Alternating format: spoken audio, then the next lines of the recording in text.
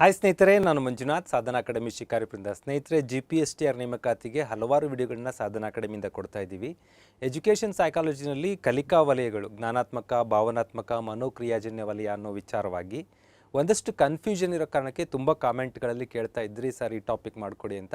ಹಾಗಾಗಿ ಅದನ್ನು ಒಂದಷ್ಟು ಕ್ಲಿಯರ್ ಮಾಡುವಂಥ ಪ್ರಯತ್ನವನ್ನು ಇವತ್ತು ಮಾಡ್ತಾ ಇದ್ದೀನಿ. ಯಾರು ನಮ್ಮ ಚಾನಲ್ನ ಸಬ್ಸ್ಕ್ರೈಬ್ ಮಾಡಿಲ್ವೋ ಸಬ್ಸ್ಕ್ರೈಬ್ ಮಾಡಿ, ಮತ್ತು ನಮ್ಮ ಆಂಡ್ರಾಯ್ಡ್ ಆ್ಯಪನ್ನು ಡೌನ್ಲೋಡ್ ಮಾಡ್ಕೊಂಡು ಯೂಸ್ ಮಾಡ್ಕೊಳ್ಳಿ. ಟೆಲಿಗ್ರಾಮ್ ಮತ್ತಿತರ ವೇದಿಕೆ ಮೂಲಕ ನಮ್ಮ ಜೊತೆ ಟಚ್ಚಲ್ಲಿರಿ ಅಂತ ಕೇಳ್ಕೊಳ್ತಾ, ಸ್ನೇಹಿತರೆ, ವೆರಿ ಫಸ್ಟ್ ಸಿಲೆಬಸಲ್ಲಿ ಏನಿದೆ ಅಂದರೆ domains of learning, cognitive, affective and psychomotor according to Horan Anderson ಅಂತ ಇದೆ. ಇದು ಇಂಗ್ಲೀಷಲ್ಲಿ ತಪ್ಪಾಗಿದೆಯೇನೋ ಅಂದ್ಕೊಂಡ್ರೆ ಕನ್ನಡದಲ್ಲಿ ಕೂಡ ನೀಟಾಗಿ ಹೊರಾನ್ ಆ್ಯಂಡರ್ಸನ್ ಪ್ರಕಾರ ಜ್ಞಾನಾತ್ಮಕ, ಭಾವನಾತ್ಮಕ ಮತ್ತು ಮನೋಕ್ರಿಯಾಜನ್ಯ ವಲಯ ಇದ್ರ ಬಗ್ಗೆ ತಿಳ್ಕೋಬೇಕು ಅಂತ ಸಿಲೆಬಸಲ್ಲಿ ಮೆನ್ಷನ್ ಮಾಡಿದ್ದಾರೆ. ಆದರೆ ಆ್ಯಕ್ಚುಲಾಗಿ ನೀವು ಯಾವುದೇ ಸರ್ಚ್ ಮಾಡಿದರೂ ಹೊರಾನ್ ಆ್ಯಂಡರ್ಸನ್ಗೂ ನಮ್ಮ ಎಜುಕೇಷನ್ ಸೈಕಾಲಜಿಗೂ ಅಥವಾ ಈವನ್ ಸೈಕಾಲಜಿಗೂ ಕೂಡ ಯಾವುದೇ ಸಂಬಂಧ ಇರಲ್ಲ. ಹೊರಾನ್ ಆ್ಯಂಡರ್ಸನ್ ಅನ್ನೋದು ಎರರ್ ಆಗಿದೆ ಸಿಲೆಬಸಲ್ಲಿ. ದಟ್ ಇಸ್ ಕರೆಕ್ಟ್ ಅಂದರೆ ಲೋರಿನ್ ಆ್ಯಂಡರ್ಸನ್ ಅಂತ ಕರಿತೀವಿ. ಲೋರಿನ್ ಅಥವಾ ಲೋರೈನ್ ಆ್ಯಂಡರ್ಸ್ ಅಂತ ಪ್ರೊನೌನ್ಸ್ ಮಾಡ್ತೀವಿ. ಆ ಲೋರೈನ್ ಆ್ಯಂಡರ್ಸನ್ ವಿಚಾರವಾಗಿ ನಾವಿಲ್ಲಿ ಕಲಿಬೇಕಾಗಿದ್ದು. ಹಾಗಾಗಿ ಇವತ್ತು ನಿಮಗೆ ಆ ಕಾನ್ಸೆಪ್ಟನ್ನು ಕ್ಲಿಯರ್ ಮಾಡ್ತೀನಿ. ಹೊರಾನ್ ಆ್ಯಂಡರ್ಸನ್ ಅಲ್ಲ, ಲೋರೈನ್ ಆ್ಯಂಡರ್ಸನ್ ಅನ್ನೋದನ್ನು ನಿಮ್ಮ ತಲೆಯಲ್ಲಿ ಫಿಕ್ಸ್ ಮಾಡ್ಕೊಳ್ಳಿ. ವೆರಿ ಫಸ್ಟ್ ಬರೋಣ. ಈ ಹೊರಾನ್ ಆ್ಯಂಡರ್ಸನ್ ಅಥವಾ ಏನು ಲೋರೈನ್ ಆ್ಯಂಡರ್ಸನ್ ಇದೆ, ಇದು ಬ್ಲೂಮ್ಸ್ ಟಾಕ್ಸಾನಮಿಯ ಲರ್ನಿಂಗ್ ಡೊಮೈನ್ಸ್ ಬರ್ತಾವಲ್ಲ, ನೀವು ಇದು ಬ್ಲೂಮ್ಸ್ ಬಗ್ಗೆ ಎಲ್ಲ ಓದಿರ್ತೀರ. ಆ ಬ್ಲೂಮ್ಸ್ ಟಾಕ್ಸಾನಮಿ ಏನು ವೈಜ್ಞಾನಿಕ ವಿಂಗಡಣೆ ಇದೆ, ಅದರ ವಿಚಾರವಾಗಿಯೇ ಸ್ವಲ್ಪ ಅಡಿಷ್ನಲ್ ಆ್ಯಡಪ್ಪನ್ನು ಚೇಂಜಸ್ಗಳನ್ನ ಮಾಡಿದ ಆ ಲೊರೈನ್ ಆ್ಯಂಡರ್ಸನ್ ಕುರಿತಾಗಿ ಚರ್ಚೆ ಮಾಡಬೇಕು ಅಂತ. ಆದರೆ ಆ್ಯಕ್ಚುಲಾಗಿ ನಿಮಗೆ ಗೊತ್ತಿರಬೇಕು, ಬ್ಲೂಮ್ಸ್ ಟಾಕ್ಸಾನಮಿ ಏನದು, ಬ್ಲೂಮ್ಸ್ ಅವರ ವೈಜ್ಞಾನಿಕ ವಿಂಗಡಣೆ ಏನು, ಕಲಿಕೆಯ ವಿಧಗಳು ಅಂದರೆ ಕಲಿಕೆ ಏಕೆ ಮಾಡಬೇಕು, ಕಲಿಕೆಯಿಂದ ಏನು ಫಲಿತಾಂಶ ಬೇಕು ಅನ್ನೋ ರಿಲೇಟೆಡ್ ಆಗಿ ಯೂನಿವರ್ಸಿಟಿಗಳಲ್ಲಿ ಕಾಲೇಜು ಸಮಿತಿ ಅಂತ ಒಂದು ಫ್ರೇಮ್ ಮಾಡ್ತಾರೆ ಶೈಕ್ಷಣಿಕ ಆ್ಯಕ್ಟಿವಿಟೀಸ್ ರಿಲೇಟೆಡ್ ಆಗಿ. ಅದರ ಮುಖ್ಯಸ್ಥರಾಗಿ ಬೆಂಜಮಿನ್ ಎಸ್ ಬ್ಲೂಮರ್ ಇರ್ತಾರೆ. 1956 ಅವರು ಒಂದು ಮಾಡೆಲ್ಸ್ಗಳನ್ನು ಕೊಡ್ತಾರೆ, ಡೊಮೈನ್ಸ್ಗಳನ್ನು. ಏನು ಅಂದರೆ ಕಲಿಕೆ ಅನ್ನೋದು 3 ವಿಧಗಳಲ್ಲಿ ಆಗಬೇಕು, 3 ರೂಪಗಳಲ್ಲಿ ಮಕ್ಕಳಲ್ಲಿ ಬದಲಾವಣೆ ತರಬೇಕು, ಕೇವಲ ಒಂದು ಹಂತದಲ್ಲಿ ಒಂದು ವಿಧದಲ್ಲಿ ಆಗಬಾರ್ದು ಅನ್ನೋದು ಅವರ ಅಭಿಪ್ರಾಯ ಆಗಿತ್ತು. ಯಾವುದ್ಯಾವುದು ಅಂದರೆ ವೆರಿ ಫಸ್ಟ್ ಜ್ಞಾನಾತ್ಮಕ, ಕಾಗ್ನೇಟಿವ್ ಡೊಮೈನ್ ಚೇಂಜ್ ಆಗಬೇಕು. ಜ್ಞಾನಾತ್ಮಕದಲ್ಲಿ ವೆರಿ ಸಿಂಪಲ್ ಸ್ಮರಣೆ, ಮೆಮೊರಿ ರಿಲೇಟೆಡ್ ಆಗಿ, ನಾಲೆಡ್ಜ್ ರಿಲೇಟೆಡ್ ಆಗಿ, ಏನು ನಾವು ಇವ್ಯಾಲ್ಯೂಯೇಷನ್ ಮಾಡಬೇಕಾದ್ರೆ ನಾಲೆಡ್ಜು, ಅಂಡರ್ಸ್ಟ್ಯಾಂಡಿಂಗ್, ಅಪ್ಲಿಕೇಶನ್ ಎಲ್ಲ ಬರಿತೀವಲ್ಲ, ಆ ಥರ ನಾಲೆಡ್ಜ್ ವಲಯ, ಮೆಮೊರಿ ವಲಯವನ್ನು ಮೇಜರಾಗಿ ಟಾರ್ಗೆಟ್ ಮಾಡ್ಕೋತಾರೆ. ಆ ಜ್ಞಾನಾತ್ಮಕ ವಲಯನ ಮತ್ತೆ 6 ಲೆವೆಲ್ ಡಿವಿಷನ್ ಮಾಡ್ತಾರೆ. ಅದನ್ನು ನಾನು ಮುಂದೆ ಡಿಸ್ಕಸ್ ಮಾಡ್ತಾ ಬರ್ತೀನಿ. ಎರಡನೇದು ಪರಿಣಾಮಾತ್ಮಕ ಅಂತ ಕರಿತೀವಿ, ಅಫೆಕ್ಟಿವ್ ಡೊಮೈನ್ ಅಂತ ಕರಿತೀವಿ. ಈ ಅಫೆಕ್ಟಿವ್ ಅಂದರೆ ಏನು ಎಫೆಕ್ಟ್ ಮಾಡ್ತು, ಅಫೆಕ್ಟ್ ಅಂದರೆ ಪರಿಣಾಮ ಬೀರ್ತು ಮಗು ಮೇಲೆ, ಅದರಿಂದ ಅದರ ಭಾವನಾತ್ಮಕವಾಗಿ ಮನೋಭಾವದಲ್ಲಿ ಏನೇನು ಬದಲಾವಣೆಗಳಾಯಿತು, ಆ ಮಗುವಿನ ಭಾವನಾತ್ಮಕ ಪ್ರದೇಶದಲ್ಲಿ ಏನೇನು ಬದಲಾವಣೆಗಾಯಿತು, ಏನೇನು ಔಟ್ಕಮ್ಗಳನ್ನ ನಾವು ರೀಚ್ ಆದ್ವಿ ಅನ್ನೋದನ್ನು ಮನೋಭಾವ ವಲಯದಲ್ಲಿ ಡಿಸ್ಕಸ್ ಮಾಡ್ತೀವಿ. ಅಲ್ಲಿ 5 ಲೆವೆಲ್ಸ್ಗಳನ್ನು ಇವರು ಕೊಡ್ತಾರೆ. ಹಾಗೆಯೇ ಮನೋಚಾಲಕ, ಸೈಕೋಮೋಟರ್, ಮನೋಕ್ರಿಯಾಜನ್ಯ ಹೀಗೆಲ್ಲ ಕರಿತೀವಿ ಅದನ್ನ. ಅದು ಇಂಗ್ಲೀಷಲ್ಲಿ ಒಂದೇ ಪದ, ಸೈಕೋಮೋಟರ್ ಅಂದರೆ ಆಂಗಿಕವಾಗಿ. ಈಗ ನಾನು ಮಾತಾಡ್ಬೇಕಾದ್ರೆ ಕೈಗಳ ಮೂಮೆಂಟ್ ಬಳಸ್ತಾ ಇರ್ಬೋದು, ಸೈಕಲ್ ಚಾಲನೆ ಮಾಡೋದಿರ್ಬೋದು, ಕಾರ್ ಡ್ರೈವ್ ಮಾಡೋದಿರ್ಬೋದು, ಟೈಪ್ ರೈಟಿಂಗ್ ಇರ್ಬೋದು. ಈ ಥರ ಮನೋಕ್ರಿಯಾಜನ್ಯ ಅಥವಾ ಮನೋಚಾಲಕವನ್ನು ಸೈಕೋಮೋಟಾರ್ ಡೊಮೈನ್ ಅಂತ ಕರಿತೀವಿ. ಇದು ಇಟ್ಸ್ ಎ ಸ್ಕಿಲ್, ಹಸ್ತಚಾಲಿತ ದೈಹಿಕ ಕೌಶಲ್ಯಗಳನ್ನ ಬಳಸ್ಕೊಂಡು ಮಾಡೋದು. ಇಲ್ಲಿ 7 ಲೆವೆಲ್ಸ್ಗಳನ್ನು ಇವರು ಮೆನ್ಷನ್ ಮಾಡ್ತಾರೆ. ಇಲ್ಲಿ ಕನ್ಫ್ಯೂಷನ್ ಮಾಡ್ಕೊಳ್ಳೋದು ಏನಿಲ್ಲ ಸ್ನೇಹಿತರೆ, ಯಾಕೆಂದರೆ ಇದನ್ನು ಶಾರ್ಟ್ ಕಟ್ ಆಗಿ KAS ಅಂತ ನೆನ್ಪಿಟ್ರೆ ಆಯ್ತು ನೀವು. K ಫಾರ್ ನಾಲೆಡ್ಜ್, ಏನು ಕಾಗ್ನೇಟಿವ್ ಡೊಮೈನ್ ಇದೆ ಅದು ನಿಮ್ಮ ಸರಳ ಭಾಷೆಯಲ್ಲಿ ನಾಲೆಡ್ಜ್ ರಿಲೇಟೆಡ್ ಆಗಿರುತ್ತೆ. ಅಫೆಕ್ಟಿವ್ ಡೊಮೈನ್ ಇದೆ, ಅದು ಆಟಿಟ್ಯೂಡ್, ಮನೋಭಾವ ಏನು ಬದಲಾವಣೆ ಆಗಿದೆ ಆ ರಿಲೇಟೆಡ್ ಆಗಿರುತ್ತೆ. ಹಾಗೆ ಸೈಕೋಮೋಟರ್ ಅಂದರೆ ಸ್ಕಿಲ್, ನಿಮ್ಮ ಭಾಷೆಯಲ್ಲಿ ನಾಲೆಡ್ಜ್, ಆಟಿಟ್ಯೂಡ್ ಆ್ಯಂಡ್ ಸ್ಕಿಲ್. ಇದು ಸ್ವಲ್ಪ ಕಾಲೇಜ್ ಲೆವೆಲ್ನ ಎಜುಕೇಷನ್ ಸೈಕಾಲಜಿ ಲೆವೆಲಲ್ಲಿ cognitive domain, affective domain and psychomotor domain ಅಂತ ಕರಿತೀವಿ. ಈ 3 ಇದರಲ್ಲಿ ನಾವು ಏನು ಲೊರೈನ್ ಆ್ಯಂಡರ್ಸನ್ ಬಗ್ಗೆ ಚರ್ಚೆ ಮಾಡಬೇಕು ಅನ್ನೋದು ಮುಂದೆ ಡಿಸ್ಕಸ್ ಮಾಡ್ತಾ ಬರೋಣ. ವೆರಿ ಫಸ್ಟ್, ಇದು ಉನ್ನತ ಶಿಕ್ಷಣದ ಮಾಡೆಲ್ ಆಗಿದೆ. ಹಾಗಾಗಿ ಇಲ್ಲಿ ಬಳಸೋ ಪದಗಳು ಕೂಡ ಸ್ವಲ್ಪ ಒಂಥರ ವಿಚಿತ್ರವಾಗಿದೆ. ಡೊಮೈನ್ಸ್ಗಳು, ಲೆವೆಲ್ಸ್ಗಳು, ಕಾಗ್ನೇಟಿವ್, ಅಫೆಕ್ಟಿವ್, ಸೈಕೋಮೋಟರ್ ಈ ಥರ ಬಳಸಲಾಗುತ್ತೆ. ಅದೇ ನಾವು ಆಡು ಭಾಷೆಯಲ್ಲಿ ಸಿಂಪಲ್ಲಾಗಿ ನಾಲೆಡ್ಜು, ಮನೋಭಾವ, ಸ್ಕಿಲ್ ಈ ಥರ ಎಲ್ಲ ಕರ್ಕೊಂಡು ಹೋಗ್ತೀವಿ. ಆದರೆ ಏನು ಬೆಂಜಮಿನ್ ಎಸ್ ಬ್ಲೂಮ್ ಅವರು ಕಾಲೇಜು ಸಮಿತಿಯಿಂದ ನೇಮಕವಾದ ಅದೊಂದು ಕಲಿಕಾ ನಿರ್ವಹಣೆ ಕುರಿತಾದ ಸಮಿತಿ ಆದ್ದರಿಂದ ಅವರು ಜ್ಞಾನಾತ್ಮಕಕ್ಕೆ ಮತ್ತು ಪರಿಣಾಮಾತ್ಮಕ ಏನಿದೆ ಅದಕ್ಕೆ ನಾವು ವರ್ಕ್ ಮಾಡ್ತೀವಿ. ಬಿಕಾಸ್ ಕಾಲೇಜ್ಗಳಲ್ಲಿ ನಾಲೆಡ್ಜ್ ರಿಲೇಟೆಡಾಗಿ ಸ್ಟಡಿ ಮಾಡ್ಬೋದು, ನಮ್ಮ ಮನೋಭಾವದ ರಿಲೇಟೆಡಾಗಿ ಸ್ಟಡಿ ಮಾಡ್ಬೋದು. ಸೈಕೋಮೋಟರ್ ರಿಲೇಟೆಡಾಗಿ ಸ್ಟಡಿ ಮಾಡೋಕ್ಕೆ ನಮಗೆ ಅವಕಾಶಗಳಿಲ್ಲ. ಹಾಗಾಗಿ ಸೈಕೋಮೋಟರ್ ರಿಲೇಟೆಡಾಗಿ ನಾವು ಯಾವುದೇ ಮಾಡೆಲ್ಸ್ಗಳನ್ನ ರೆಡಿ ಮಾಡಲ್ಲ ಅಂತಾರೆ. ಹಾಗಾಗಿ ಬಟ್ಟು ಮೆನ್ಷನ್ ಮಾಡಿದ್ರು ಅವರು cognitive, affective and psychomotor. But ಸೈಕೋಮೋಟರ್ನ ಮುಂದೆ ಬಂದಂಥ ಇತರೆ ಸೈಕಾಲಜಿಸ್ಟ್ಗಳು ಡೆವಲಪ್ ಮಾಡಿದ್ರಿಂದಾಗಿ ಇವರ ಕಾಂಟ್ರಿಬ್ಯೂಷನ್ ಕೇವಲ 2 ವಲಯಕ್ಕಿತ್ತು ಅನ್ನೋದು ನಮಗೆ ಗೊತ್ತಿರಬೇಕು. ಜ್ಞಾನಾತ್ಮಕ ಮತ್ತು ಅಫೆಕ್ಟಿವ್ ಡೊಮೈನ್ಗೆ ಇವರ ಕೊಡುಗೆಗಳಿತ್ತು. ಓಕೆ ಸ್ನೇಹಿತರೆ, ಜ್ಞಾನಾತ್ಮಕದಲ್ಲಿ ಏನೇನು ಬರ್ತವೆ, ಏನದು 6 ಲೆವೆಲ್ಸ್ ಅಂತಂದರೆ, ಕಾಗ್ನೇಟಿವ್ ಡೊಮೈನ್ ಅಂದರೆ ಏನೇನು ಡೆವಲಪ್ ಮಾಡಬೇಕು. ಒಂದು ನಾಲೆಡ್ಜ್, ಜ್ಞಾನವನ್ನು. ಕಾಂಪ್ರೆನ್ಷನ್, ಗ್ರಹಿಕೆ ಅಂತ ಕರಿತೀವಿ. ಕಾಂಪ್ರೆನ್ಷನ್ ಅಂದರೆ ಈಗ ನೀವೆಲ್ಲ ಟೀಚರ್ ಎಕ್ಸಾಮ್ ಬರೀತಾ ಇದ್ದೀರಾ, ನಿಮಗೆ ಒಂದು ಪ್ಯಾರಾಗ್ರಾಫ್ ಕೊಡ್ತಾರೆ ಇಂಗ್ಲೀಷಲ್ಲಿ. ಆ ಪ್ಯಾರಾಗ್ರಾಫನ್ನು ಓದ್ಕೊಂಡು ನಿಮಗೆ ಅಂಡರ್ಸ್ಟ್ಯಾಂಡ್ ಮಾಡ್ಕೋಬೇಕು, ಗ್ರಹಿಕೆ ಮಾಡ್ಕೋಬೇಕು. ಕೆಳಗೆ ಕೊಟ್ಟಿರುವ ಪ್ರಶ್ನೆಗಳಿಗೆ ಉತ್ತರ ಕೊಡಬೇಕು. ನೀವು ನಮ್ಮ ಕಾಮೆಂಟ್ಗಳಲ್ಲಿ ಹಾಕ್ತಾ ಇರ್ತೀರಿ, ಸರ್ ಕಾಂಪ್ರೆನ್ಷನ್ ಕ್ಲಾಸಸ್ ಮಾಡಿರಿ. ಕಾಂಪ್ರೆನ್ಷನ್ ಕ್ಲಾಸಸ್ನ ಮಾಡೋಕ್ಕಾಗಲ್ಲ. ನೀವು ಇಂಗ್ಲೀಷ್ ನಾಲೆಡ್ಜ್ ಇರಬೇಕು, ನಿಮಗೆ ಇಂಗ್ಲೀಷ್ನ ಬಗ್ಗೆ ಒಂದಿಷ್ಟು ಹೋಲ್ಡ್ ಇರಬೇಕು. ಅಲ್ಲಿ ಕೊಟ್ಟಿರುವ ಪ್ಯಾರಾಗ್ರಾಫ್ ಸ್ಟಡಿ ಮಾಡಿಕೊಂಡು ಅದಕ್ಕೆ ಉತ್ತರ ಕೊಡ್ತಿರಬೇಕು. ದಿಸ್ ಈಸ್ ಕಾಂಪ್ರೆನ್ಷನ್ ಅಂತ ಕರಿತೀವಿ. ನಿಮಗೆ ಅಂಡರ್ಸ್ಟ್ಯಾಂಡಿಂಗ್ ಲೆವೆಲ್ ಹೇಗಿದೆ ಅಂತ. ಮತ್ತು ಅಪ್ಲಿಕೇಶನ್, ಅನ್ವಯ ಮಾಡೋದು ಹೇಗೆ, ಈ ಕಲಿತ ಜ್ಞಾನವನ್ನು ಹೇಗೆ ಅನ್ವಯ ಮಾಡ್ತೀವಿ. ಅನಾಲಿಸಿಸ್, ವಿಶ್ಲೇಷಣೆ ಮಾಡೋದು. ಸಿಂಥಸಿಸ್, ಸಂಶ್ಲೇಷಣೆ ಮಾಡೋದು.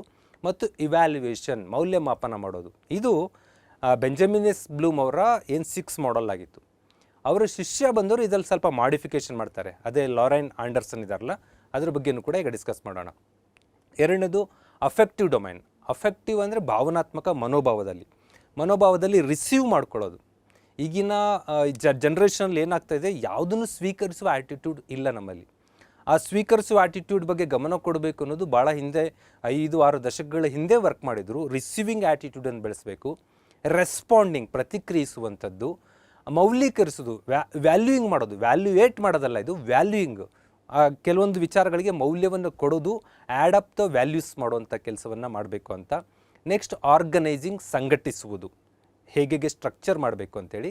ಮತ್ತು ಕ್ಯಾರೆಕ್ಟರೈಸಿಂಗ್, ಗುಣಲಕ್ಷಣ, ನಮ್ಮಲ್ಲಿ ನಡವಳಿಕೆಗಳನ್ನು ಇಂಪ್ರೂವ್ ಮಾಡಬೇಕು ಅನ್ನೋದು.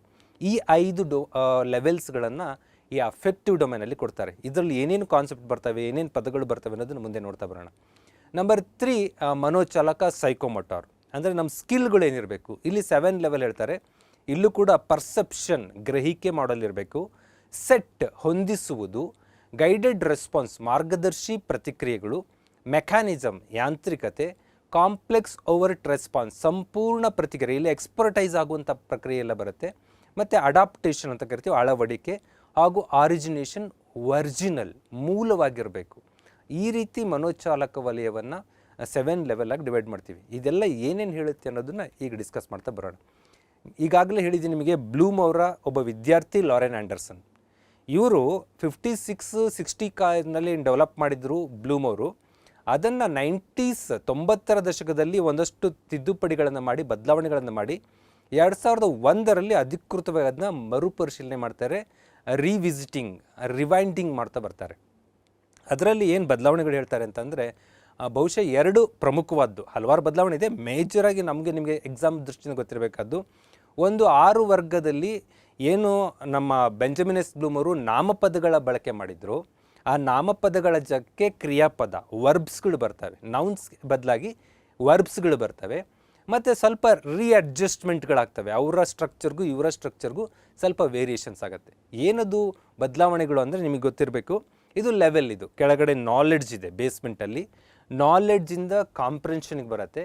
Comprehension, application, analysis, synthesis and evaluation. ಇದು ಬ್ಲೂಮ್ ಅವರ ಒಂದು ಸ್ಟ್ರಕ್ಚರ್. ಯಾವುದಕ್ಕೆ? ಕಾಗ್ನೇಟಿವ್ ಡೊಮೈನ್ಗೆ. 1956ಅಲ್ಲಿ ಮಾಡಿದ್ದು. 2001ರಲ್ಲಿ ಅವರ ಶಿಷ್ಯರಾದಂಥ ಲಾರೆನ್ ಆಂಡರ್ಸನ್ ಏನು ಮಾಡ್ತಾರೆ, ಅದನ್ನು ವರ್ಬ್ ಆಗಿ ಕನ್ವರ್ಟ್ ಮಾಡ್ತಾರೆ. ನಾಲೆಡ್ಜ್ ಜಾಗಕ್ಕೆ ರಿಮೆಂಬರ್, ಸ್ಮರಿಸುವುದು ಅಂತ ಚೇಂಜ್ ಮಾಡ್ತಾರೆ. ಕಾಂಪ್ರೆನ್ಷನ್ ಜಾಗಕ್ಕೆ ಅಂಡರ್ಸ್ಟ್ಯಾಂಡಿಂಗ್ ಅನ್ನೋದನ್ನು ಸೇರ್ಪಡೆ ಮಾಡ್ತಾರೆ. ಅಪ್ಲಿಕೇಶನ್ ಜಾಗಕ್ಕೆ ಅಪ್ಲೈ ಮಾಡೋದು. ಅನಾಲಿಸಿಸ್ ಜಾಗಕ್ಕೆ ಅನಲೈಸ್ ಮಾಡುವುದು. ಸಿಂಥಸಿಸ್ ಅನ್ನೋ ಏನು ಕಾನ್ಸೆಪ್ಟ್ ಇತ್ತು ಅದನ್ನು ಇವರು ಉತ್ತುಂಗಕ್ಕೆ, ಮೇಲಿನ ಪಾಯಿಂಟ್ಗೆ ತಗೊಂಡು ಹೋಗ್ತಾರೆ. ತಮ್ಮ ಲೆವೆಲಲ್ಲಿ ಕ್ರಿಯೇಟ್ ಅಂತ ಚೇಂಜ್ ಆಗುತ್ತೆ ಅದು. ಆ್ಯಂಡ್ ಇವರ ಬ್ಲೂಮ್ ಅವರ ಇವ್ಯಾಲ್ಯೂಯೇಷನ್ ಏನಿತ್ತು ಅದು ಇವ್ಯಾಲ್ಯೂಯೇಟ್ ಅಂತಲೇ ಇದೆ. ಅದು 5th ಸ್ಟ್ರಕ್ಚರೇ ಬರುತ್ತೆ, ತುಂಬ ಬದಲಾವಣೆ ಏನಿಲ್ಲ. 5 ಮತ್ತು 6ನೇ ಮಹಡಿ ಏನಿತ್ತು ಬ್ಲೂಮ್ ಅವ್ರದ್ದು, ಅದು ಇಲ್ಲಿ ಬದಲಾವಣೆ ಆಗುತ್ತೆ. ಅವರ ಈ ಬ್ಲೂಮ್ ಅವರ 5ನೇ ಮಹಡಿ, ಆಂಡರ್ಸನ್ ಅವರ 6ನೇ ಮಹಡಿ ಆಗುತ್ತೆ. ಬ್ಲೂಮ್ ಅವರ 6ನೇ ಮಹಡಿ, ಆಂಡರ್ಸನ್ ಅವರ 5ನೇ ಮಹಡಿ ಆಗುತ್ತೆ. ವರ್ಬ್ ಆಗಿ ಚೇಂಜ್ ಆಗುತ್ತೆ, ನೌನ್ಗಳು. ಇಷ್ಟು ಸಿಂಪಲ್ ನಿಮಗೆ ಗೊತ್ತಿದ್ರೆ ಸಾಕು. ಇದನ್ನು ನಮ್ಮ ಇಗ್ನೋದ ಒಂದು ಪುಸ್ತಕದಲ್ಲಿ ಮೆನ್ಷನ್ ಮಾಡ್ತಾರೆ. ಓಲ್ಡ್ ವರ್ಷನ್, ನ್ಯೂ ವರ್ಷನ್ ಅಂತ. ಹೈಯರ್ ಆರ್ಡರ್ ಥಿಂಕಿಂಗ್ ಸ್ಕಿಲ್ಸ್ ಅಂತ, ಲೋಯರ್ ಆರ್ಡರ್ ಥಿಂಕಿಂಗ್ ಸ್ಕಿಲ್ಸ್. ಅಂದರೆ ಥಿಂಕಿಂಗ್ ಸ್ಕಿಲ್ ಲೋ ಇಂದ ಹೇಗೆ ಇಂಪ್ರೂವ್ಮೆಂಟ್ ಆಗ್ತಾ ಬರುತ್ತೆ ಅಂತ. ದಟ್ ಮೀನ್ಸ್ ನಾಲೆಡ್ಜ್ ಅನ್ನೋದು ಲೋಯರ್ ಲೆವೆಲ್ ಥಿಂಕಿಂಗ್ ಸ್ಕಿಲ್ ಅಂತ. ಇಲ್ಲಿ ನಿಮಗೆ 6 ಪಾಯಿಂಟ್ಗಳನ್ನು ಕೊಡ್ಬೋದು ಅಥವಾ 4 ಪಾಯಿಂಟ್ ಕೊಡ್ತಾರಲ್ಲ, ಈ 4 ಪಾಯಿಂಟ್ಗಳನ್ನು ಕೊಟ್ಟು ಯಾವುದು ಇದರಲ್ಲಿ higher order of thinking skill ಅಂತ ಕೊಟ್ಟರೆ ನಿಮಗೆ ಬ್ಲೂಮ್ ಆರ್ಡರು ಗೊತ್ತಿರಬೇಕು, ಲಾರೆನ್ ಆಂಡರ್ಸನ್ ಆರ್ಡರ್ ಗೊತ್ತಿರಬೇಕು. ಬ್ಲೂಮ್ ಆರ್ಡರಲ್ಲಿ knowledge is a lowest order, knowledge ಆದಮೇಲೆ comprehension, application, analysis, synthesis, evaluation is a highest order of thinking skill. ಅದೇ ರೀತಿ ಆ್ಯಂಡರ್ಸನ್ ಅವರಲ್ಲಿ remembering is the lowest order, remembering, understanding, applying, analysing and evaluating and create ಮಾಡುವುದು highest order ಆಗಿರುತ್ತೆ Lauren ಆಂಡರ್ಸನ್ನಲ್ಲಿ. ಇಷ್ಟು 2 simple classification ತಿಳ್ಕೊಂಡ್ರೆ ಸಾಕು. ಹಾಗಾಗಿ ನಾವು ಬರೋಣ ಸ್ನೇಹಿತರೆ, ಈಗ ಏನು ಕಾಗ್ನೇಟಿವ್ ಡೊಮೈನಿಂದ ಒಂದು ಕಡೆಯಿಂದ ಏನು ವರ್ಡ್ಸ್ಗಳು ಬರುತ್ತೆ ಎಲ್ಲ ಎಕ್ಸ್ಪೆಕ್ಟೆಡ್ ಎಕ್ಸಾಮ್ ರಿಲೇಟೆಡ್ ಡಿಸ್ಕಸ್ ಮಾಡೋದಾದರೆ, ನಾವು ಬ್ಲೂಮ್ ಅವ್ರದಲ್ಲಿ ಕೊಡದೇ ಇರೋದ್ರಿಂದ, ಆ್ಯಂಡರ್ಸನ್ ಅವ್ರದ್ದೇ ಕೊಟ್ಟಿರೋದ್ರಿಂದ ಆ್ಯಂಡರ್ಸನ್ ಮಾಡಲ್ಲೇ ತೆಗೆದುಕೊಂಡು ಡಿಸ್ಕಸ್ ಮಾಡ್ತಾ ಬರ್ತೀನಿ. ಅದು ಏನು ತುಂಬ ಚೇಂಜಸ್ ಏನಿರಲ್ಲ, ನೀವು ಅಪ್ಲೈ ಮಾಡೋಂಥ ಸ್ಕಿಲ್ ನಿಮಗಿದೆ ಅನ್ಕೋತೀನಿ. ನಂಬರ್ 1 ರಿಮೆಂಬರಿಂಗ್ ಹೇಳ್ತಾರೆ, ನೆನಪಿಸಿಕೊಳ್ಳುವುದು. ಹಿಂದೆ ಕಲಿತ ಮಾಹಿತಿಯನ್ನು ನೆನಪು ಮಾಡ್ಕೊಂಡು ಹೊರ ತೆಗೆಯೋದು. ಅಂದರೆ ಈಗ ರೆಸೈಟ್ ಮಾಡೋಕೆ ಹೇಳ್ತೀವಿ, ಒಂದು ಪೊಯಮ್ ರೆಸೈಟ್ ಮಾಡ್ಕೋಬಾ, ಯಾವುದೋ ವಿಚಾರ ನೆನ್ಪಿಟ್ಕೊಂಡು ಹೇಳು. ಈಗ ಒಬ್ಬ ಕನ್ಸ್ಯೂಮರ್ ಬಂದಿದ್ದಾನೆ, ಅವನಿಗೆ ಟಕ್ಕಂತ ಇದ್ರ ಪ್ರೈಸ್ ಏನು MRP ನೋಡಿ ಹೇಳೋದು ನಾವು ಕೊಂಡ್ಕೊಳ್ಳೋ ಗ್ರಾಹಕರು. ಬಟ್ ಸೆಲ್ಲರ್ ಏನು ಮಾಡ್ತಾನೆ, ಒಂದು ವಸ್ತು ಕೊಡ್ತಿದ್ದಂಗೆ ಅದ್ರ ರೇಟ್ ಎಷ್ಟು ಅಂತ ಹೇಳ್ತಾರೆ, ಅಷ್ಟು ಮೆಮೊರಿ ಇರುತ್ತೆ. ಆ್ಯಂಡ್ ಸೇಫ್ಟಿ ರೂಲ್ಸ್ಗಳು ಇರ್ತಾವಲ್ಲ, ಸುರಕ್ಷತಾ ನಿಯಮಗಳು, ಯಾವ್ಯಾವ ಎಡದಲ್ಲೇ ಚಲಿಸಬೇಕು, ಬಲದಲ್ಲೇ ಚಲಿಸಬೇಕು, ರೋಡ್ ಕ್ರಾಸ್ ಹೇಗೆ ಮಾಡಬೇಕು, ಈ ಥರ ಸೇಫ್ಟಿ ರೂಲ್ಸ್ಗಳು ಇರ್ತಾವಲ್ಲ, ಅದು ಮೆಮೊರಿ, ನೆನಪಿನಲ್ಲಿರೋದು ಅಂತ, ಸ್ಮರಣೆಯಲ್ಲಿರಬೇಕು ಅಂತ. ಇದೆಲ್ಲ ಮೆಮೊರಿ ಟೆಕ್ನಿಕ್ಸ್ ಆಗುತ್ತೆ. ಇದರಲ್ಲಿ ಕೀವರ್ಡ್ಸ್ಗಳು, ಎಕ್ಸಾಮಲ್ಲಿ ಕೆಲವೊಂದು ಕೀವರ್ಡ್ಸ್ ಕೊಟ್ಟು ಒಂದು ಸ್ಟೇಟ್ಮೆಂಟ್ ಕೊಡ್ತಾರೆ. ಈ ಸ್ಟೇಟ್ಮೆಂಟ್ ಯಾವುದನ್ನು ಹೇಳುತ್ತೆ, ಯಾವ ಡೊಮೈನಲ್ಲಿ ಹೇಳುತ್ತೆ ಹೇಳಿ ಅಂದಾಗ ನಿಮಗೆ ಗೊತ್ತಿರಬೇಕು. ಅದಕ್ಕೆ ಮೆಮೊರಿ ಇದ್ದಾಗ ವ್ಯಾಖ್ಯಾನ ಮಾಡ್ಬೋದು, ವಿವರಿಸ್ಬೋದು, ಗುರುತಿಸ್ಬೋದು, ಐಡೆಂಟಿಫೈ ಮಾಡೋದು, ತಿಳಿದಿರುತ್ತೆ ಅದನ್ನು ಎಕ್ಸ್ಪ್ಲೇನ್ ಮಾಡೋದು, ಲೇಬಲಿಂಗ್ ಮಾಡೋದು, ಅಂದರೆ ಒಂದು ಪಾಯಿಂಟಲ್ಲಿ ಲೇಬಲಿಂಗ್ ಮಾಡೋವಂಥದ್ದು, ಲಿಸ್ಟ್ ಔಟ್ ಮಾಡೋದು, ಪಟ್ಟಿ ಮಾಡೋದು, ಹೊಂದಿಸುವುದು, ಮ್ಯಾಚ್ ಮಾಡೋದು, ಹೆಸರಿಸುವುದು, ನೇಮಿಂಗ್ ಮಾಡೋದಾಗ್ಬೋದು, ಬಾಹ್ಯರೇಖೆಗಳು, ಔಟ್ಲೈನ್ ಮಾಡೋದಿರ್ಬೋದು. ಈಗ ನಾವು ಸೋಷಿಯಲ್ ಸೈನ್ಸಲ್ಲಿ ಏನು ಮಾಡ್ತೀವಿ, ಮ್ಯಾಪ್ಗೆ 4 ಅಂಕ ಇರುತ್ತೆ. ಮ್ಯಾಪ್ಗೆ 4 ಅಂಕ ಇದ್ದಾಗ ನಾವು ಮ್ಯಾಪ್ ಬಿಡಿಸಿ ಸ್ಥಳ ಗುರುತಿಸ್ತಾರೆ ಅಂದ್ಕೊಳ್ಳಿ, ಅದಷ್ಟು ನಾವು ಸ್ಕಿಲ್ ಅಂತ ಅನ್ಕೋತೀವಿ. ಸ್ಕಿಲ್ ಅಂದರೆ ಭಾರತ ಅನ್ನೋದು ಈ ಥರದ ರೂಪದಲ್ಲಿದೆ ಅನ್ನೋದು ಮೆಮೊರಿನ ಕೂಡ ಹೌದದು. ನಿಮಗೆ ಅದು ಆ್ಯಂಗಲ್ ಅದೇ ಥರ ಬರಬೇಕು. ಭಾರತ ಹೋಗಿ ಶ್ರೀಲಂಕಾ ಆಗೋಂಗಿಲ್ವಲ್ಲ, ಅಲ್ಲಿಗೆ ಬಾಹ್ಯರೇಖೆ ಔಟ್ಲೈನ್ ಮಾಡೋದು ಕೂಡ one of the memory based content ಆಗುತ್ತೆ. ಹಾಗೆ ಪ್ಲೇಸ್ಗಳನ್ನು ಗುರುತಿಸೋದು ಕೂಡ ಅದು ಸ್ಕಿಲ್ ಅಂತ ನಾವಲ್ಲಿ ಮಾರ್ಕ್ಸ್ ಕೊಡ್ತೀವಿ, ಬಟ್ ಅದು ಕೂಡ ಒಂದು ಮೆಮೊರಿ ಬೇಸ್ಡ್ ಆಗಿರುತ್ತೆ. ಗುರುತಿಸುವುದು, ಪುನರುತ್ಪಾದಿಸುವುದು, ಆಯ್ಕೆ ಮಾಡುವುದು, ಇವೆಲ್ಲವೂ ಕೂಡ ಇಲ್ಲಿನ ಕೀವರ್ಡ್ಸ್ಗಳು. ಇದು ಅವರೇ ಇದು ನಾನು ಕಲೆಕ್ಟ್ ಮಾಡಿದ ವರ್ಡ್ಸ್ ಅಲ್ಲ, ಬ್ಲೂಮ್ ಟಾಕ್ಸಾನಮಿಯಲ್ಲಿ ಲಿಸ್ಟ್ ಔಟ್ ಮಾಡಿರೋ ಪದಗಳಾಗಿರ್ತವೆ. ನೆಕ್ಸ್ಟ್ ಬರೋಣ ತಿಳಿವಳಿಕೆ, ಅಂಡರ್ಸ್ಟ್ಯಾಂಡಿಂಗ್. ಅಂದರೆ ಮೆಮೊರಿ ಆದ ನಂತರ ಆ ವಿಚಾರವನ್ನು ನಮ್ಮ ತಲೆಯಲ್ಲಿ ಇಟ್ಕೊಂಡು ನಾವು ಪ್ರೋಸೆಸ್ ಮಾಡಿ ರೀಪ್ರೊಡ್ಯೂಸ್ ಮಾಡ್ತಾ ಇರ್ತೀವಿ. ಇದು ತಿಳಿವಳಿಕೆ ಅಂತ ಕರಿತೀವಿ. ಇಂಗ್ಲೀಷನ್ನು ಕಲ್ತಿದ್ದೀರಿ ನೀವು ಒಂದಷ್ಟು, ಒಂದು ಪ್ಯಾರಾಗ್ರಾಫ್ ಕೊಟ್ಟಾಗ ಅದನ್ನು ಓದಿ ಅರ್ಥ ಮಾಡಿಕೊಂಡು ನೀವು ಅದಕ್ಕೆ ಬೇಕಾದ ಪ್ರಶ್ನೆಗೆ ಉತ್ತರ ಕೊಡ್ತಿರಲ್ಲ, ಕಾಂಪ್ರೆನ್ಷನ್ ಮಾಡ್ತಿರಲ್ಲ, ದಟ್ ಈಸ್ ಅಂಡರ್ಸ್ಟ್ಯಾಂಡಿಂಗ್ ಲೆವೆಲ್ಗೆ ಬರುತ್ತೆ. ಅರ್ಥಗ್ರಹಿಕೆ ಮಾಡ್ಕೊಳ್ಳೋದು, ಟ್ರಾನ್ಸ್ಲೇಟ್ ಮಾಡೋಂಥದ್ದು, ವ್ಯಾಖ್ಯಾನಗಳು, ಒಂದು ಸ್ಟೇಟ್ಮೆಂಟ್ ಕೊಟ್ಟರೆ ಅದನ್ನ ಅರ್ಥ ಮಾಡ್ಕೊಳ್ಳೋದು, ಸ್ವಂತ ಮಾತುಗಳಲ್ಲಿ ಪ್ರಾಬ್ಲಮ್ ಹೇಳ್ಕೊಳ್ಳೋದು. ಅಂದರೆ ಯಾರೋ ಹೇಳಿದ್ರು ಅದನ್ನೇ ಟ್ರಾನ್ಸ್ಲೇಟ್ ಮಾಡೋದಲ್ಲ, ಇಂಡೈರೆಕ್ಟ್ ಸ್ಪೀಚ್ ಬರುತ್ತಲ್ಲ, ಆ ಥರ ಸ್ವಂತ ಮಾತುಗಳಲ್ಲಿ ನಮ್ಮ ಪ್ರಾಬ್ಲಮ್ನ ಅನಾಲಿಸಿಸ್ ಎಕ್ಸ್ಪ್ಲೈನ್ ಮಾಡ್ತೀವಲ್ಲ, ದೀಸ್ ಆಲ್ ಅಂಡರ್ಸ್ಟ್ಯಾಂಡಿಂಗ್ ಸ್ಕಿಲ್ ಆಗುತ್ತೆ.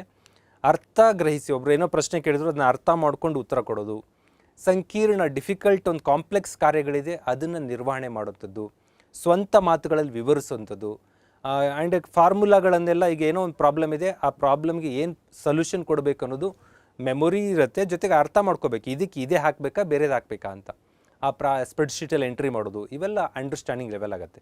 ಇದಕ್ಕೆ ಗ್ರಹಿಸುತ್ತದೆ, ಪರಿವರ್ತಿಸುತ್ತದೆ, ಸಮರ್ಥಿಸುತ್ತದೆ, ಈಗ ಹಲವಾರು ವರ್ಡ್ಗಳು. ಈ ಎಲ್ಲದನ್ನೂ ನಾನು ಓದ್ತಾ ಹೋಗೋಕ್ಕಾಗಲ್ಲ, ಯಾಕೆಂದರೆ ನಿಮಗೆ ಡಿಸ್ಕ್ರಿಪ್ಷನಲ್ಲಿ ನೋಟ್ಸ್ ಕೊಟ್ಟಿರ್ತೀವಿ. ಆ ನೋಟ್ಸನ್ನು ನೀವು ಡೌನ್ಲೋಡ್ ಮಾಡಿಕೊಂಡ್ರೆ ಕಂಪ್ಲೀಟಾಗಿ ನಿಮಗೆ ಇನ್ಫಾರ್ಮೇಷನ್ ಬರುತ್ತೆ. ಅಂದರೆ ಇದೇನು ನಾನು ಹೇಳ್ತಾ ಇದ್ದೀನಿ ಇದೆಲ್ಲ ನಿಮಗೆ ಓದಿದರೆ ಅಂಡರ್ಸ್ಟ್ಯಾಂಡ್ ಆಗೋ ಲೆವೆಲ್ ಇದ್ದೀರಾ. ನಾನು ಜಸ್ಟ್ ಟಚಪ್ ಕೊಟ್ಕೊಂಡು ಹೋಗ್ತೀನಿ. ನೆಕ್ಸ್ಟ್ ಬರೋಣ ಅನ್ವಯಿಸುವುದು. ನಾಲೆಡ್ಜ್, ಏನೋ ಒಂದು ವಿಚಾರಗಳನ್ನ ಕಲಿಕೆ ಆಗಿದೆ, ಆ ಕಲಿಕೆಯನ್ನು ಹೊಸ ಸನ್ನಿವೇಶದಲ್ಲಿ ಅಪ್ಲೈ ಮಾಡೋದು. ಅಂದರೆ ತರಗತಿಯಲ್ಲಿ ಕಲ್ತಿದ್ದನ್ನು ಹೊರಗಡೆ ನಾವು ಅಪ್ಲೈ ಮಾಡಬೇಕು. ಅಂದರೆ ಈಗ ಏನಾಗಿದೆ ಅಂದರೆ ಕ್ಲಾಸ್ ರೂಮ್ಗೂ ಕಾರ್ಪೊರೇಟ್ಗೂ ಡಿಸ್ಕನೆಕ್ಟು. ಕಾರ್ಪೊರೇಟಲ್ಲಿ ಯಾಕೆ ನಮ್ಮ ವಿದ್ಯಾರ್ಥಿಗಳನ್ನ ಅಪಾಯಿಂಟ್ ಮಾಡ್ಕೋತಿಲ್ಲ ಅಂದರೆ ಕ್ಲಾಸ್ ರೂಮ್ ಕಲಿಕೆಗೂ ಕಾರ್ಪೊರೇಟ್ ಡಿಮ್ಯಾಂಡ್ಗೂ ಸಂಬಂಧನೇ ಇಲ್ದಂಗಾಗಿದೆ. ಹಾಗಾಗಿ ಕಾರ್ಪೊರೇಟಲ್ಲಿ ಏನು ಬೇಕೋ ಅದನ್ನು ಕ್ಲಾಸ್ ರೂಮಲ್ಲಿ ಕಲಿತ್ರೆ ದಟ್ ಈಸ್ ಅನ್ವಯ ಮಾಡೋಕ್ಕೆ, ಅಪ್ಲೈ ಮಾಡೋಕ್ಕೆ ಈಸಿ ಆಗುತ್ತೆ. ಹಾಗಾಗಿ ಅಪ್ಲೈಯಿಂಗ್ ಸ್ಕಿಲ್ಗಳನ್ನು ಡೆವಲಪ್ ಮಾಡಬೇಕು. ಸಿಂಪ್ಲಿ ಒಬ್ಬ ಹುಡುಗ ಕ್ಯಾಲ್ಕುಲೇಷನ್ ಎಲ್ಲ ಕಲ್ತಿದ್ದಾನೆ, ಒಂದಷ್ಟು ವಿಚಾರ ಕಲ್ತಿದ್ದಾನೆ. ಒಬ್ಬ ಎಂಪ್ಲಾಯ್ ರಜೆ ಹೋಗ್ತಾನೆ, ರಜೆ ಹೋದಾಗ ರಜವನ್ನು ಲೆಕ್ಕಾಚಾರ ಹಾಕೋದು, ಹೇಗೆ ಯಾವ್ಯಾವ ರಜೆ ಇವನಿಗೆ ಅನ್ವಯ ಆಗುತ್ತೆ, ಯಾವ ರಜೆಯಿಂದ ಎಷ್ಟು ಡಿಡಕ್ಟ್ ಮಾಡಬೇಕು, ಈ ಸ್ಕಿಲ್ ಇರಬೇಕು. ಪರೀಕ್ಷೆಯನ್ನು ನಡೆಸಬೇಕು ಅಂತ ಇವನು ಆಫೀಸರ್ ಆದಾಗ ಹೇಳ್ತಾರೆ ಅಂದಾಗ ಪರೀಕ್ಷೆ ನಡೆಸಬೇಕಾದ್ರೆ ಅದರ ಟ್ರಸ್ಟ್ ಕಾಪಾಡ್ಕೊಳ್ಳೋಕ್ಕೆ, ಅದರ ಕ್ರೆಡಿಬಿಲಿಟಿ ಕಾಪಾಡ್ಕೊಳ್ಳೋಕ್ಕೆ ಹೇಗೆ ಇವ್ಯಾಲ್ಯೂಯೇಷನ್ ಮಾಡಬೇಕು, ಇವ್ಯಾಲ್ಯೂಯೇಷನ್ ಮಾಡಬೇಕಾದ್ರೆ ಆಬ್ಜೆಕ್ಟಿವ್ ಆಗಿರ್ಬೇಕಾ ಸಬ್ಜೆಕ್ಟಿವ್ ಆಗಿರ್ಬೇಕಾ, ವ್ಯಕ್ತಿಯಿಂದ ಅದನ್ನ ಇವ್ಯಾಲ್ಯೂಯೇಟ್ ಮಾಡಿಸ್ಬೇಕಾ, ಮೆಕ್ಯಾನೈಸ್ ಆಗಿ ಇವ್ಯಾಲ್ಯೂಯೇಷನ್ ಮಾಡಿಸ್ಬೇಕಾ, ಸ್ಟ್ಯಾಟಿಸ್ಟಿಕ್ಸನ್ನು ಅಪ್ಲೈ ಮಾಡಿ ಹೇಗೆ 100% ಕರೆಕ್ಟಾದ ರಿಸಲ್ಟ್ ತೆಗಿಬೇಕು, ಈ ಥರ ಎಲ್ಲ ಕಡೆ ಅಪ್ಲೈ ಮಾಡೋದಕ್ಕೆ ಇಲ್ಲಿನ ನಾಲೆಡ್ಜ್ ಯೂಸ್ ಮಾಡ್ಕೋಬೇಕು. ಹಾಗಾಗಿ ನಾವೇನು ಮಾಡ್ತೀವಿ, ಈಗ ನಾನು ಅಲ್ಲಿ ಏನೇನೋ ಕಲ್ತನಪ್ಪ ಲೈಫಲ್ಲಿ ಏನಕ್ಕೂ ಬರ್ತಾ ಇಲ್ಲ ಅನ್ನೋ ಸ್ಥಿತಿ ಮುಟ್ಟಿದ್ದೀವಿ. ಅಂದರೆ ಅಲ್ಲಿನ ಕಂಟೆಂಟ್ಗಳು ಲೈಫ್ ಅಪ್ಲಿಕೇಬಲ್ ಆಗಬೇಕು ಅನ್ನೋದು ಇಲ್ಲಿನ ಆಶಯ ಆಗುತ್ತೆ. ಅನ್ವಯಿಸುವುದು, ಬದಲಾಯಿಸುವುದು, ಕ್ಯಾಲ್ಕುಲೇಟ್ ಮಾಡೋದು, ಲೆಕ್ಕಾಚಾರ ಮಾಡೋದು, ಹೀಗೆ ಹಲವಾರು ಕೀವರ್ಡ್ಸ್ಗಳು ಈ ಅಪ್ಲೈಯಿಂಗಿಗೆ ಬರುತ್ತೆ.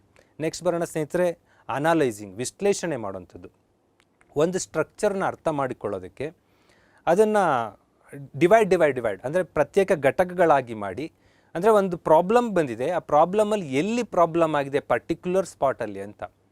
ಒಂದು ಬಸ್ ಕೆಟ್ಟು ನಿಂತಿದೆ ಅಂದ ಕೂಡಲೇ ಕೆಟ್ಟು ನಿಂತಿದೆ, ಎಲ್ಲಿ ಹೊಗೆ ಬಂತು ಕೇಳ್ತಾರೆ, ಇಂಥ ಕಡೆ, ಆ ಹೊಗೆ ಬರೋದಕ್ಕೆ ರೀಸನ್ ಏನಿದು ಅಂತ, ಇಂಥ ಭಾಗದಲ್ಲೇ ಇದೆ ಅಂತ ಪರ್ಟಿಕ್ಯುಲರ್ ಆಗಿ ಆ ಪ್ರಾಬ್ಲಮ್ನ ಡಿವೈಡ್ ಮಾಡಿ ಅರ್ಥ ಮಾಡ್ಕೋಬೇಕು. ದಿಸ್ ಈಸ್ ಕಾಲ್ಡ್ ಅನಾಲಿಸಿಂಗ್ ಸ್ಕಿಲ್ ಅಂತ ಕರಿತೀವಿ. ಯಾವ ಭಾಗದಲ್ಲಿ ಏನು ಇಶ್ಯೂ ಆಗಿದೆ ಅಂತ ತಿಳ್ಕೊಂಡು ಹೇಳಬೇಕು.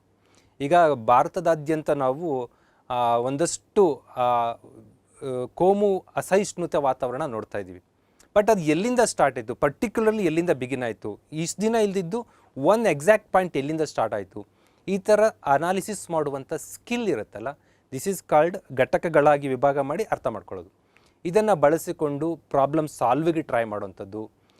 ಅಂದರೆ ಬೇರೆ ಒಂದು ಆಫೀಸ್ನ ಹೆಡ್ ಆಗಿದ್ದಾರೆ, ಸಿಕ್ಕಾಪಟ್ಟೆ ಸೆಕ್ಷನ್ಸ್ಗಳಿದೆ, ಯಾವುದೋ ಒಂದು ಪರ್ಟಿಕ್ಯುಲರ್ ಸೆಕ್ಷನ್ನ ವೀಕ್ನೆಸ್ಸು ಆಫೀಸ್ನ ರಿಸಲ್ಟ್ ಮೇಲೆ ಹೊಡ್ತಾ ಕೊಡ್ಬೋದು. ಈಗ ನೀವು ಸ್ಕೂಲ್ ಹೆಡ್ ಮಾಸ್ಟರ್ ಆಗಿದ್ದೀರಾ ಅಂದ್ಕೊಳ್ಳಿ, SSLC ಎಕ್ಸಾಮಲ್ಲಿ ನಿಮ್ಮ ಶಾಲೆ ಫಲಿತಾಂಶ ಕಡಿಮೆ ಬರುತ್ತೆ. ಕಡಿಮೆ ಬರೋಕ್ಕೆ ರೀಸನ್ ಏನು, ಯಾವುದೋ ಒಂದು ಪರ್ಟಿಕ್ಯುಲರ್ ಸಬ್ಜೆಕ್ಟ್ನಲ್ಲಿ ವೀಕ್ ಆಗಿದೆ. ಆ ಪರ್ಟಿಕ್ಯುಲರ್ ಸಬ್ಜೆಕ್ಟ್ನ ವೀಕ್ನೆಸ್ಸನ್ನು ನೆಕ್ಸ್ಟ್ ಇಯರ್ ನಾವು ಹೇಗೆ ಸರಿಪಡಿಸ್ಕೊಂಡು ನಾವು ಸಮಗ್ರವಾಗಿ ಕಾರ್ಯನಿಯೋಜನೆ ಮಾಡಬೇಕು, ಈ ಥರ ತಿಳ್ಕೊಳ್ಳೋದಕ್ಕೆ ಡಿವೈಡ್ ಮಾಡಿ ಪರ್ಟಿಕ್ಯುಲರ್ ಪ್ರಾಬ್ಲಮ್ನ ಸ್ಟಡಿ ಮಾಡೋದನ್ನ ಅನಾಲಿಸಿಸ್ ಅಂತ ಕರಿತೀವಿ. ವಿಶ್ಲೇಷಿಸುತ್ತದೆ, ವಿಭಜಿಸುತ್ತದೆ, ಕಂಪೇರ್ ಮಾಡುತ್ತೆ, ಹೋಲಿಕೆ ಮಾಡೋದು.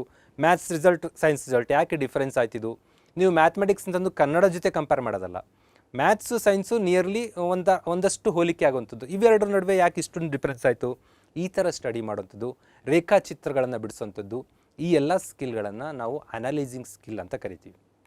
ನೆಕ್ಸ್ಟ್ ಬರೋಣ, ಇವ್ಯಾಲ್ಯುವೇಟಿಂಗ್, ಮೌಲ್ಯಮಾಪನ ಮಾಡುವುದು. ಮೌಲ್ಯಮಾಪನ ಮಾಡುವುದು ಅಂದರೆ ವಿಚಾರಗಳು, ವಸ್ತುಗಳನ್ನು ಜಡ್ಜ್ಮೆಂಟ್ ಮಾಡೋದು, ಅಂದರೆ ಡಿಸಿಷನ್ ಮೇಕಿಂಗ್ ಅಂತ ಕರಿತೀವಿ. ಇದು ಹೇಗೆ, ಇದು ಹಾಗೆ, ಇದು ಹೀಗೆ ಅಂತ. ಅಂದರೆ ಇದೆಲ್ಲ ನೋಡಿಕೊಂಡು ಏನು ಆಗಬೇಕು ಔಟ್ಕಮ್ ಅಂದರೆ ಪರಿಣಾಮಕಾರಿ ಪರಿಹಾರ ಹುಡ್ಕೋದು. ಪ್ರಾಬ್ಲಮ್ ನಾವೆಲ್ಲ ಏನಂದರೆ ಪ್ರಾಬ್ಲಮ್ ಕ್ರಿಯೇಟರ್ ಆಗಿದ್ದೇವೆ, ಪ್ರಾಬ್ಲಮ್ ಸೊಲ್ಯೂಷನ್ ಮಾಡ್ತಾ ಇಲ್ಲ. ಸೊಲ್ಯೂಷನ್ ಮಾಡೋದಕ್ಕೋಸ್ಕರ ಇವ್ಯಾಲ್ಯೂಯೇಟ್ ಆಗಲೇಬೇಕು. ಅಂದರೆ ಪ್ರತಿ ವರ್ಷ ಒಂದು ರೋಡ್ ಕಿತ್ತೋಗ್ತಾ ಇದೆ. ಪ್ರತಿ ವರ್ಷ ಡಾಂಬರ್ ಹಾಕ್ತಾ ಇದ್ದಾರೆ, ಬಟ್ ಕಿತ್ತೋಗ್ತಾ ಇದೆ. ಹಾಗಂದ್ ಕೂಡ ಅಲ್ಲೇನೋ ಭ್ರಷ್ಟಾಚಾರ ನಡೆದಿದೆ ಅಂತಲ್ಲ. What is problem is there, ಅಲ್ಲಿ ಏನು ಸಾಯಿಲ್ ಇಶ್ಯೂಸ್ ಇದೆಯಾ, ಏನಾದರೂ ಕೆಳಗಡೆಯಿಂದ ನೀರು ಬರ್ತಾ ಇದೆಯಾ, ಏನು ಪರ್ಟಿಕ್ಯುಲರ್ ಇಶ್ಯೂ ಇದೆ ಅದನ್ನು ಇವ್ಯಾಲ್ಯುವೇಟ್ ಮಾಡಿ ಪ್ರಾಬ್ಲಮ್ ಸೊಲ್ಯೂಷನ್ ಮಾಡಬೇಕು. ಮತ್ತು ರಿಕ್ರೂಟ್ಮೆಂಟ್ ಟೈಮಲ್ಲಿ ಹೆಚ್ಚು ಅರ್ಹ ಅಭ್ಯರ್ಥಿ ನೇಮಕ ಮಾಡೋದು. ಈಗ ರ್ಯಾಂಕ್ ನೋಡಿರ್ಬೋದು, ಒಂದೊಂದು ವರ್ಷ 625, 20 ಜನ 625 ಅಂತ ತಗೊಳ್ಳೋದು. 20 ಜನನೂ ಅದಕ್ಕೆ ಈಕ್ವಲ್ ಆಗಿ ಅರ್ಹರಿದ್ರಾ ಅಥವಾ ಇವ್ಯಾಲ್ಯೂಯೇಷನಲ್ಲಿರೋ ದೋಷಿಗಳಾಗಿದೆಯಾ, ಅಂದರೆ ಎಕ್ಸಾಕ್ಟ್ ಅರ್ಹರನ್ನು ನೇಮಕ ಮಾಡೋಕ್ಕೆ ಇವ್ಯಾಲ್ಯೂಟಿಂಗ್ ಪ್ರೊಸೆಸ್ ಕರೆಕ್ಟ್ ಇರಬೇಕು. ಬಜೆಟ್ ಬಂದಿದೆ, ಬಜೆಟ್ಟು ಸಮರ್ಥನೆ ಮಾಡಬೇಕು ಅಥವಾ ಟೀಕಿಸಬೇಕು ಅಂತ ಅಂದರೆ ಆ ಬಜೆಟ್ನ ಇವ್ಯಾಲ್ಯೂಯೇಟ್ ಮಾಡಬೇಕಲ್ಲ. ಕರ್ನಾಟಕ ಬಜೆಟ್ ಬಂದಿದೆ, ಸೆಂಟ್ರಲ್ ಬಜೆಟ್ ಬಂದಿದೆ, ಆ ಬಜೆಟ್ನ ನೀವು ಸಮರ್ಥಿಸಬೇಕು ಅಂದರೂ ನೀವು ಅದನ್ನು ಇವ್ಯಾಲ್ಯೂಯೇಟ್ ಮಾಡಬೇಕಾಗತ್ತೆ, ಅದನ್ನ ಟೀಕಿಸಬೇಕು ಅಂದರೆ ಇವ್ಯಾಲ್ಯೂಯೇಟ್ ಮಾಡಬೇಕಾಗತ್ತೆ. ಹಾಗಾಗಿ ಮೌಲ್ಯಮಾಪನ ಮಾಡುವುದು, ಹೋಲಿಸುವುದು, ತೀರ್ಮಾನಿಸುವುದು, ಈ ಥರ ಎಲ್ಲ ಪದಗಳು ನಾವು ಇವ್ಯಾಲ್ಯೂಯೇಟಿಂಗಲ್ಲಿ ಕರಿತೀವಿ. ಈ ಸ್ಕಿಲ್ಲನ್ನು ಕೂಡ ಮಕ್ಕಳಲ್ಲಿ ಡೆವಲಪ್ ಮಾಡಬೇಕಾಗತ್ತೆ. ನೆಕ್ಸ್ಟ್ ರಚಿಸುವುದು, ಕ್ರಿಯೇಟಿಂಗ್. ಇದು ಹೊರಾನ್ ಆ್ಯಂಡರ್ಸನ್ ಅವರ ಬದಲಾವಣೆಯಲ್ಲಿ ಸೇರಿದಂಥ ಒಂದು ಇದು ಸಿಂಥಸಿಸ್ ಅಂತ ಏನಿತ್ತು, ಸಿಂಥಸಿಸ್ ಜಾಗಕ್ಕೆ ಕ್ರಿಯೇಟಿಂಗ್ ಬರುತ್ತೆ. ಈ ಕ್ರಿಯೇಟಿಂಗ್ ಅಂತ ಅಂದರೆ ಹೊಸ ವೈವಿಧ್ಯಮಯ ಅಂಶಗಳಿಂದ ನ್ಯೂ ಮಾಡೆಲ್ ಕ್ರಿಯೇಟ್ ಮಾಡಬೇಕಾಗುತ್ತೆ. ಅಂದರೆ ಹೊಸ ಅರ್ಥ ಕ್ರಿಯೇಟ್ ಮಾಡೋದು, ಹೊಸ ಭಾವ ಕ್ರಿಯೇಟ್ ಮಾಡ್ಬೋದು, ಹೊಸ ರಚನೆಗಳನ್ನು ಸೃಷ್ಟಿ ಮಾಡ್ಬೋದು. ಈ ಕವಿಗಳು ಹೊಸ ಸೃಷ್ಟಿ ಮಾಡ್ತಾರೆ, ಡೈರೆಕ್ಟರ್ಸು ಹೊಸ ಮೂವಿಗಳನ್ನು ತಯಾರು ಮಾಡ್ತಾರೆ. ಸ್ಟಾರ್ಟಪ್ ಅಂತ ಕೇಳ್ತಾ ಇರ್ತೀವಿ ಪದಗಳು. ಸ್ಟಾರ್ಟಪ್ ಕಂಪನಿಗಳಂದರೆ ಅವ್ರು ಏನು ಇವತ್ತಿನವರೆಗೂ ಇಲ್ಲದೇ ಇರೋಂಥ ಹೊಸ ಒಂದು ಉದ್ದಿಮೆಯನ್ನು ಸ್ಟಾರ್ಟ್ ಮಾಡ್ತಾರೆ. ನಾವು ಆಟೋ ಬುಕ್ ಮಾಡ್ಕೊಂಡು ಹೋಗೋದು ನೋಡ್ತಾ ಇದ್ವಿ, ಕಾರ್ ಬುಕ್ ಮಾಡ್ಕೊಂಡು ಹೋಗೋದು ನೋಡ್ತಾ ಇದ್ವಿ. ಆದರೆ ಆನ್ಲೈನ್ ಮೂಲಕ ಬುಕ್ ಮಾಡ್ಬೋದು ಅನ್ನೋದು ಓಲಾ ಓಬರ್ಗಳೆಲ್ಲ ತೋರಿಸಿದ್ರು. ಅಂಥ ಟೈಮಲ್ಲಿ ಇನ್ನೊಬ್ಬರು ಕರ್ನಾಟಕದಲ್ಲಿ ಒಬ್ಬ ಹುಡುಗ ಏನು ಮಾಡ್ತಾರೆ, ನೀವು ಆನ್ಲೈನ್ ಬುಕ್ ಮಾಡೋದಾದರೆ ನೀವು ನಿಂತ ಜಾಗದಲ್ಲೇ ಬೈಕ್ಗಳಿರುತ್ತೆ, ಬೈಕ್ಗಳು ಎಲ್ಲಿ ಬೇಕಲ್ಲಿ ನಿಲ್ಲಿಸಿ ಎಲ್ಲಿ ಬೇಕಲ್ಲಿ ತೊಗೊಂಡು ಹೋಗ್ರಿ ಅಂತೇಳಿ ಒಂದು bike self riding bike system ತರ್ತಾರೆ. ಹೀಗೆ ಹೊಸ ಅದನ್ನು ಕ್ರಿಯೇಟ್ ಮಾಡೋವಂಥದ್ದು ಎಲ್ಲ ಸೆಕ್ಟರ್ಲು, even in the movies, even in the media, ಎಲ್ಲ ಈವನ್ ಇನ್ ದ ಸ್ಕೂಲ್ ಸೆಕ್ಟರಲ್ಲೂ ಕೂಡ ಹೇಗೆ ಮಕ್ಕಳನ್ನು ಶಾಲೆಗೆ ಕರ್ತರಬೇಕು, ಹೊಸ ಕ್ರಿಯೇಟಿವಿಟಿ. ನಮಗೆಲ್ಲ ಒಂದು ಮಾಡೆಲ್ ಅಂದರೆ ಮಹಾರಾಷ್ಟ್ರದಲ್ಲಿ ಒಬ್ಬ ಶಿಕ್ಷಕರಿಗೆ ಸುಮಾರು 7 ಕೋಟಿಯಷ್ಟು ಬಹುಮಾನ ಬರುತ್ತೆ ಲಂಡನ್ ಕಡೆಯಿಂದ, ಅಂದರೆ ಯುರೋಪಿಯನ್ ಒಂದು ದೇಶದ ಬಹುಮಾನ ಅದು ಲಾಸ್ಟ್ ಇಯರಲ್ಲಿ. ಏನಕ್ಕೆ ಅಂದರೆ ಆತ ಕೋವಿಡ್ ಟೈಮಲ್ಲಿ ಶಾಲೆನ ಹೇಗೆ ಕ್ರಿಯೇಟಿವ್ ಆಗಿ ನಿಭಾಯಿಸಿದ, ಅದ್ರ ಹಿಂದೂ ಕೂಡ ಕ್ರಿಯೇಟಿವ್ ಆಗಿದ್ದರು, ಆ ಟೈಮಲ್ಲೂ ಅದ್ಭುತವಾಗಿ ನಿಭಾಯಿಸಿದ್ರು. ಅಂಥದ್ದೊಂದು ಅದ್ಭುತವಾದ ಪ್ರಶಸ್ತಿಗೆ ಆತ ಆಯ್ಕೆ ಆಗ್ತಾರೆ. ಅಂದರೆ ಕ್ರಿಯೇಟಿವಿಟಿ ಅಂದರೆ ನಮಗೆ ಹಾಡುಗಾರರು ಆ್ಯಂಡ್ ದೆನ್ನು ಕವಿಗಳು, ವಿಜ್ಞಾನಿಗಳು ಅಷ್ಟೇ ಅಲ್ಲ, every person is A creator. ಎಲ್ಲ ಕಡೆನೂ ಕನ್ಸ್ಟ್ರಕ್ಷನ್ ವಿಭಾಗದಲ್ಲಿ ಒಂದು ಗೋಡೆ ಕಟ್ಟಬೇಕಾದ್ರೂ ಕೂಡ ಕ್ರಿಯೇಟಿವಿಟಿ ಬೇಕಾಗತ್ತೆ, ಅದನ್ನು ಡೆವಲಪ್ ಮಾಡೋಂಥದ್ದು. ಇದು ಕಂಪನಿಯ ಕಾರ್ಯಾಚರಣೆಗೆ, ಕಂಪನಿಯ ಮ್ಯಾನ್ಯುಯಲ್ ರೆಡಿ ಮಾಡೋದಕ್ಕೆ, ಹೊಸ ಯಂತ್ರ ಇವತ್ತಿನವರೆಗೂ ನೋಡದೇ ಇರೋಂಥ ಯಂತ್ರಗಳನ್ನ ಡಿಸೈನ್ ಮಾಡೋದಕ್ಕೆ. ನಾವೆಲ್ಲ ಪೆಟ್ರೋಲ್ ಡೀಸೆಲ್ ಕಾರ್ಗಳನ್ನ ನೋಡಿದ್ವಿ, ಇದ್ದಕ್ಕಿದ್ದಂಗೆ ಎಲೆಕ್ಟ್ರಿಕ್ ಕಾರ್ಗಳು, ಎಲೆಕ್ಟ್ರಿಕ್ ಬೈಕ್ಗಳು ಬರೋಕ್ಕೆ ಬಂತು. That is new design. ನಾವೆಲ್ಲ ಕಲ್ಲಿದ್ದಲನ್ನ ಬರ್ನ್ ಮಾಡಿ ವಿದ್ಯುತ್ ತಯಾರು ಮಾಡೋದು ನೋಡ್ತಾ ಇದ್ವಿ, ಕಲ್ಲಿದ್ದಲ್ಲೂ ಇಲ್ಲ, ಹೊಗೆನೂ ಇಲ್ಲ, ಏನೂ ಇಲ್ದಂಗೆ ಸೋಲಾರ್ ಪವರಿಂದ ವಿದ್ಯುತ್ ಉತ್ಪಾದನೆ ಮಾಡೋದು ನೋಡ್ತಾ ಇದ್ವಿ. ಹೀಗೆ ಹೊಸ ಡಿಸೈನ್ಗಳು ಮಾಡೋದು, ಸಮಸ್ಯೆ ಪರಿಹರಿಸೋದು, ಈ ಥರದನ್ನೆಲ್ಲ ನಾವು ಕ್ರಿಯೇಟಿಂಗ್ ಅಂತ ಕರಿತೀವಿ. ಇಲ್ಲಿ ವರ್ಗೀಕರಿಸುವುದು, ಸಂಯೋಜಿಸುವುದು, ಸಂಕಲಿಸುವುದು, ಹೀಗೆ ಹಲವಾರು ಪದಗಳು ಇದಕ್ಕೆ ರಿಲೇಟೆಡ್ ಆಗಿ ಬರುತ್ತೆ ಕ್ರಿಯೇಟಿಂಗಿಗೆ.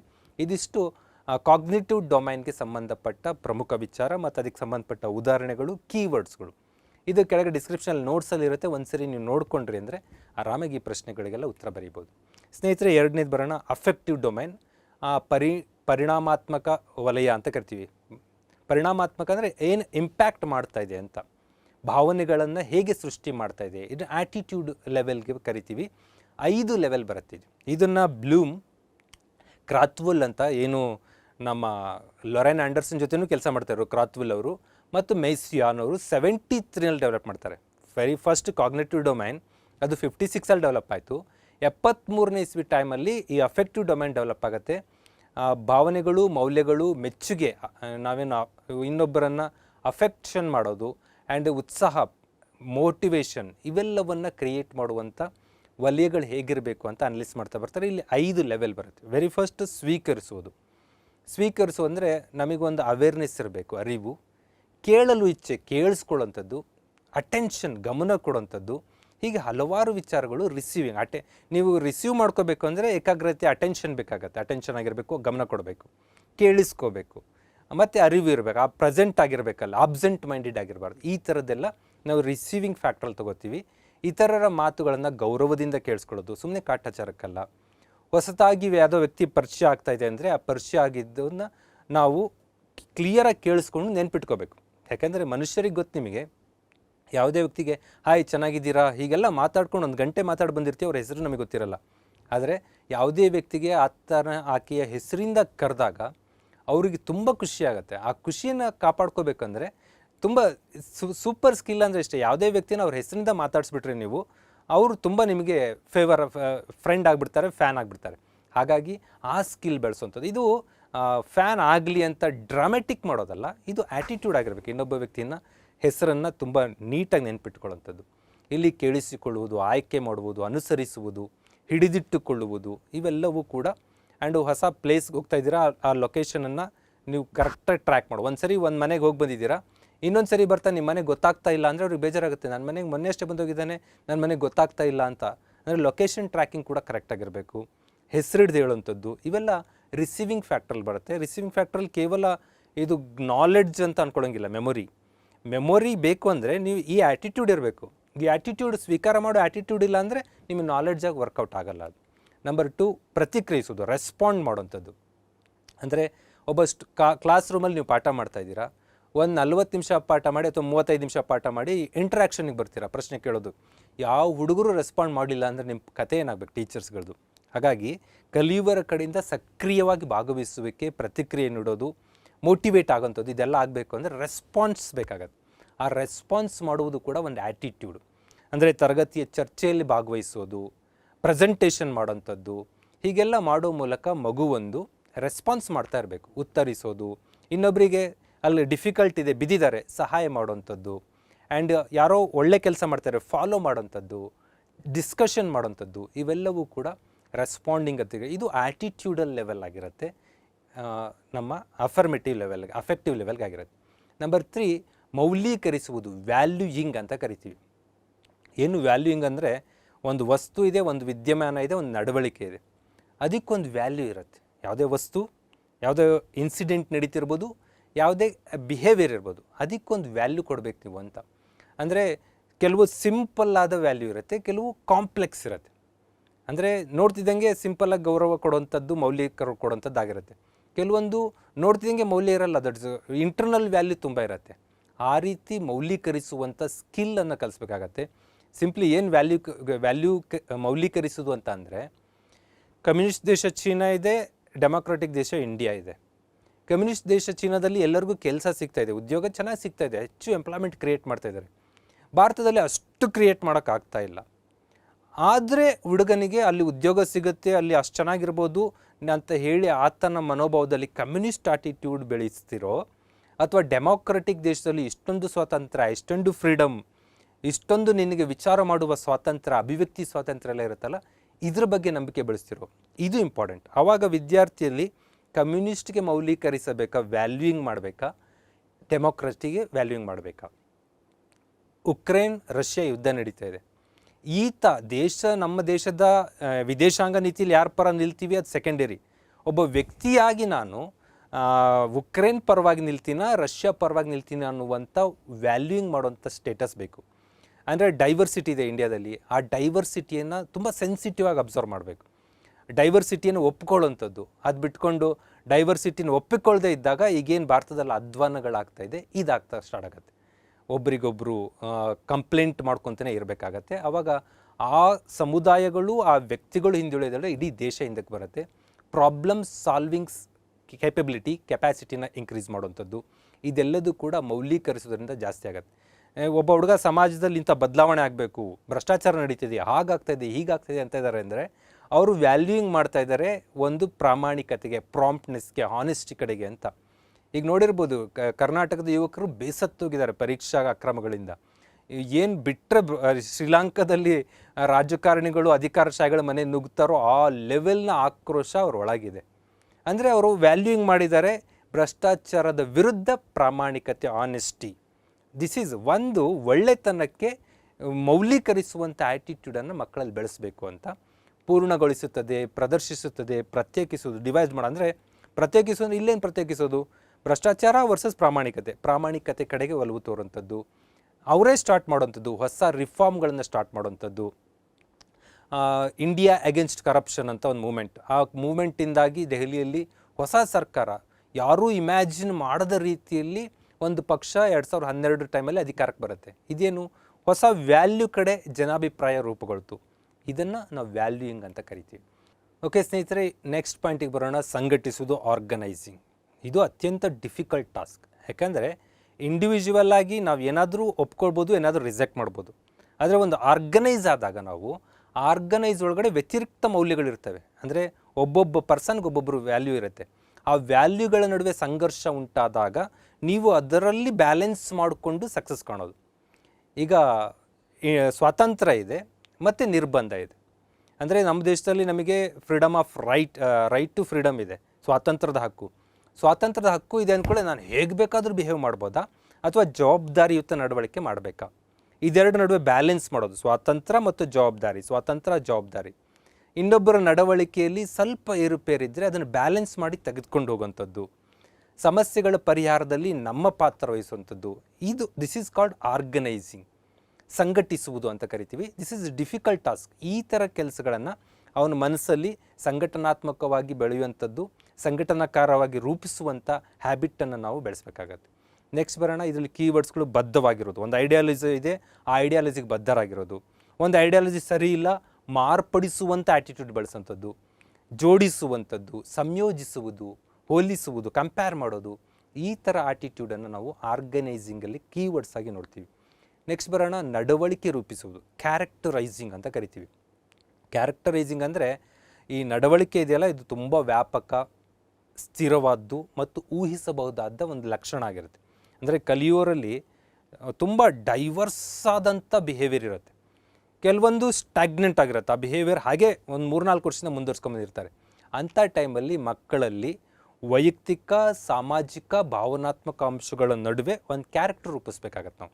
ಇದನ್ನು ನಡವಳಿಕೆ ರೂಪಿಸುವುದು ಅಂತ. ಅಂದರೆ ನಡವಳಿಕೆ ರೂಪಿಸೋದು ಅಂದರೆ ಯಾವಾಗಲೂ ಯಾರನ್ನೋ ಅನುಸರಿಸ್ತಾ ಇರೋ ಬದಲು ಸ್ವತಂತ್ರವಾಗಿ ಕೆಲಸ ಮಾಡುವಂಥ ಸ್ವಾವಲಂಬನೆ ಆ್ಯಟಿಟ್ಯೂಡನ್ನು ಬೆಳೆಸ್ಬೇಕಾಗತ್ತೆ.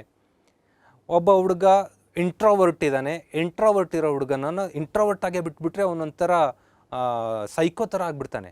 ಅವನು ಗುಂಪು ಚಟುವಟಿಕೆಯಲ್ಲಿ ಭಾಗವಹಿಸೋದು, ಟೀಮ್ ವರ್ಕ್ ಮಾಡೋದನ್ನು ಕಲಿಸ್ಬೇಕಾಗತ್ತೆ. ಸಮಸ್ಯೆ ಪರಿಹರಿಸೋಲ್ಲಿ ವಸ್ತುನಿಷ್ಠವಾಗಿ, ಯಾವುದೋ ವ್ಯಕ್ತಿನಿಷ್ಠ ಅಲ್ಲ, ಎಲ್ಲರೂ ಸೇರ್ಕೊಂಡು ಒಂದು ಪ್ಲ್ಯಾನ್ ಮಾಡುವಂಥದ್ದು. ದೈನಂದಿನ ಆಧಾರದ ಮೇಲೆ ಮಾರಲ್ ಆ್ಯಕ್ಟಿವಿಟೀಸ್ಗಳನ್ನು ಮಾಡುವಂಥದ್ದು. ಅಂದರೆ ಒಬ್ಬ ವ್ಯಕ್ತಿಗೆ ನೈತಿಕತೆ, ತನ್ನ ವ್ಯಕ್ತಿ, ಸಮಾಜ ಮತ್ತು ಭಾವನೆ ಮೂರರ ನಡುವೆ ಬ್ಯಾಲೆನ್ಸ್ ಮಾಡ್ಕೋಬೇಕಾಗತ್ತೆ. ತಾನು ಮನಸ್ಸಿಗೆ ಬಂದಂಗೆ ಇರ್ತೀನಿ ಅಂತ ಅಂದರೆ ಹೇಗೆಗೋ ಬಿಹೇವ್ ಮಾಡೋಕ್ಕೆ ಸ್ಟಾರ್ಟ್ ಮಾಡ್ತಾರೆ. ಸೋಷಿಯಲ್ ಬಿಹೇವಿಯರ್ ಕೂಡ ಇಂಪಾರ್ಟೆಂಟ್ ಆಗುತ್ತೆ. ಸೋಷಿಯಲ್ ಇಂಟೆಲಿಜೆನ್ಸ್ ಕೂಡ ಅವರಲ್ಲಿ ಇರಬೇಕಾಗತ್ತೆ. ಇದು ಒಂದು ಬೆಸ್ಟ್ ನಡವಳಿಕೆ ರೂಪಿಸುವಂಥ ಮಾನದಂಡ ಆಗಿರುತ್ತೆ. ಇಲ್ಲಿ ಇಂಪಾರ್ಟೆಂಟ್ ಅಂದರೆ ಕಾರ್ಯನಿರ್ವಹಿಸುವುದು, ಪ್ರದರ್ಶಿಸುವುದು, ಪ್ರಭಾವ ಬೀರುವುದು, ಆಲಿಸುವುದು, ನಿರ್ವಹಿಸುವುದು, ಇವೆಲ್ಲ ಪ್ರಮುಖವಾದ ಕೀವರ್ಡ್ಸ್ಗಳಾಗಿ ನಾವು ನಡವಳಿಕೆ ರೂಪಿಸೋ ರಿಲೇಟೆಡಾಗಿ ಕ್ಯಾರೆಕ್ಟರೈಸಿಂಗಲ್ಲಿ ನೋಡ್ತಾ ಬರ್ತೀವಿ. ಓಕೆ ಸ್ನೇಹಿತರೆ, ಆ್ಯಂಡ್ ಲಾಸ್ಟ್ ಕೊನೆಯ ಡೊಮೈನ್ ಅಂತ ಅಂದರೆ ಸೈಕೋಮೋಟರ್ ಡೊಮೈನ್, ಮನೋಚಾಲಕ ವಲಯ, ಮನೋಕ್ರಿಯಾಜನ್ಯ ವಲಯ ಅಂತ ಏನು ಸಿಲೆಬಸ್ಸಲ್ಲಿದೆ ಅದು. ಹಸ್ತಚಾಲಿತ, ದೈಹಿಕ ಕೌಶಲ್ಯ, ಹೀಗೆಲ್ಲ ಬೇರೆ ಬೇರೆ ಎಕ್ಸಾಮ್ಗಳಲ್ಲಿ ಪದ ಬಳಸಿದ್ದಾರೆ. ಇದು ಸ್ಕಿಲ್ ಬೇಸ್ಡ್ ಆಗಿರುತ್ತೆ, ಕೌಶಲ್ಯ ಆಧಾರಿತ ಆಗಿರುತ್ತೆ. ಇಲ್ಲಿ ವೆರಿ ಸಿಂಪಲ್ ಏನಂತ ಅಂದರೆ ಸ್ಕಿಲ್ಲಲ್ಲಿ ವೇಗ, ಸ್ಪೀಡ್, ಎಷ್ಟು ಬೇಗ ಅಂದರೆ ಸ್ಕಿಲ್ ಅಂದರೆ ಈಗ ಟೈಪ್ ಮಾಡೋಕೆ ಕೊಡ್ತೀವಿ ಅಂತ ಇಟ್ಕೊಳ್ಳಿ. ವೆರಿ ಸಿಂಪಲ್, ಒಂದು ಪೇಜ್ ಟೈಪ್ ಮಾಡಬೇಕು, 10 ಜನ ಕೊಟ್ಟಿದ್ದೀವಿ. ಯಾರು ಹೆಚ್ಚು ಬೇಗ ಅದನ್ನು ಆ್ಯಕ್ಯುರೇಟಾಗಿ ಮಾಡಿಕೊಡ್ತಾರೋ, ನೋಡ್ರಿ ಇಲ್ಲಿ ಬೇಗ ಮಾಡಿಕೊಡೋದಷ್ಟೇ ಅಲ್ಲ, ಆ್ಯಕ್ಯುರೇಸಿ ಇರಬೇಕು. ಬೇಗ ಮತ್ತು ಆ್ಯಕ್ಯುರೇಸಿ ಎರಡಿದ್ದರೆ ಅದು ಸೈಕೋಮೋಟರ್ ಸ್ಕಿಲ್ ಚೆನ್ನಾಗಿದೆ ಅಂತ ಅರ್ಥ. ಡ್ರೈವಿಂಗ್ ಮಾಡೋರಿಗೆ ಕೊಟ್ಟಾಗ ಒಂದು 100 ಕಿಲೋಮೀಟ್ರ್ ಹೋಗ್ತಿದ್ದಂಗೆ ಸುಸ್ತಾಗ್ತಾ ಇದೆ ಅಂತ ಅಂದರೆ ಅವನಿಗೆ ಆ ಸ್ಕಿಲ್ ಇನ್ನೂ ಪರಿಪೂರ್ಣ ಇಲ್ಲ ಅಂತ. ಒಂದು 500 ಕಿಲೋಮೀಟ್ರ್ ಹೋಗ್ಬಾ ಅಂತಂದರೂ ಆರಾಮಾಗಿ ಹೋಗಿ ಬರೋವಂಥದ್ದು, ಲಾಂಗ್ ಸ್ಟ್ಯಾಂಡಿಂಗ್ ಆಗಿ ಅದನ್ನು ನಿರ್ವಹಿಸುವಂಥದ್ದು. ಅಂದರೆ ಒಂದು ಯಂತ್ರವನ್ನು ಕೊಟ್ಟಾಗ ಈಸಿಯಾಗಿ ಆಪ್ರೇಟ್ ಮಾಡುವಂಥದ್ದು ಇರ್ಬೋದು. ಯಾವುದೇ ಆಪ್ರೇಷನ್ಗೆ ಕೆಲಸಗಳಿಗೆ ಕೊಟ್ಟಾಗ ಅಲ್ಲಿ ಏನು ತಾನು ಇಂಜುರಿ ಮಾಡ್ಕೊಂಡಂಗೆ ನಿರ್ವಹಿಸುವಂಥದ್ದಾಗಿರ್ಬೋದು. ದಟ್ ಮೀನ್ಸ್ ಸೈಕಲ್ ಹೊಡೀರಿ ಎಂದಾಗ ಬಿದ್ದು ಗಾಯ ಮಾಡ್ಕೊಳ್ಳೋದು, ಬೈಕ್ ಓಡಿಸ್ರಿಂದಾಗ ಬಿದ್ದು ಗಾಯ ಮಾಡ್ಕೊಳ್ಳೋದು, ಕಾರ್ ಓಡಿಸ್ರಿಂದಾಗ ಹೋಗಿ ಆಕ್ಸಿಡೆಂಟ್ ಮಾಡೋವಂಥದ್ದು. ಈ ಥರ ಮಾಡಿಕೊಂಡ್ರೆ ಅಲ್ಲಿ ಸ್ಕಿಲ್ ಆಗಿಲ್ಲ ಅಂತ ಅರ್ಥ. ಹಾಗಾಗಿ ಇದು ಕಾಲೇಜ್ನಲ್ಲಿ, ಕ್ಲಾಸ್ ರೂಮಲ್ಲಿ ಅಷ್ಟು ಈಸಿಯಾಗಿ ಮಾಡೋಕ್ಕಾಗಲ್ಲ ಅಂತಲೇ ಬ್ಲೂಮ್ ಅವರು ಇದ್ರ ಬಗ್ಗೆ ಏನು ವಿಶ್ಲೇಷಣೆ ಮಾಡಲಿಲ್ಲ. ನಂತರ ಬಂದ ಎಜುಕೇಷನ್ ಸೈಕಾಲಜಿಸ್ಟ್ಗಳು ಇದನ್ನ ಡೆವಲಪ್ ಮಾಡ್ತಾ ಬರ್ತಾರೆ. ಇಲ್ಲಿ ಪ್ರಮುಖವಾಗಿ 7 ಕ್ಯಾಟಗರಿ ನೋಡ್ತೀವಿ. ನಾಟ್ 6 ಕ್ಯಾಟಗರಿ ಅಂತ ಇಲ್ಲಿ ಮೆನ್ಷನ್ ಆಗಿದೆ, 6 ಅಲ್ಲ 7 ಕ್ಯಾಟಗರೀಸ್. ಯಾವುದು 7 ಕ್ಯಾಟಗರೀಸ್? ಒಂದು ಗ್ರಹಿಕೆ. ಏನು ಸರ್ ಈ ಪದಗಳು ಅಲ್ಲೂ ಇತ್ತಲ್ಲ ಅಂದರೆ, ಅಲ್ಲಿ ಅದನ್ನು ರಿಸೀವ್ ಮಾಡ್ಕೊಳ್ಳೋ ಥರನೇ ಬೇರೆ, ಇಲ್ಲಿ ಅದನ್ನು ರಿಸೀವ್ ಮಾಡ್ಕೊಳ್ಳೋ ಥರನೇ ಬೇರೆ. ಇಲ್ಲಿ ಪರ್ಸೆಪ್ಷನ್ ಅಂತ ಕರಿತೀವಿ.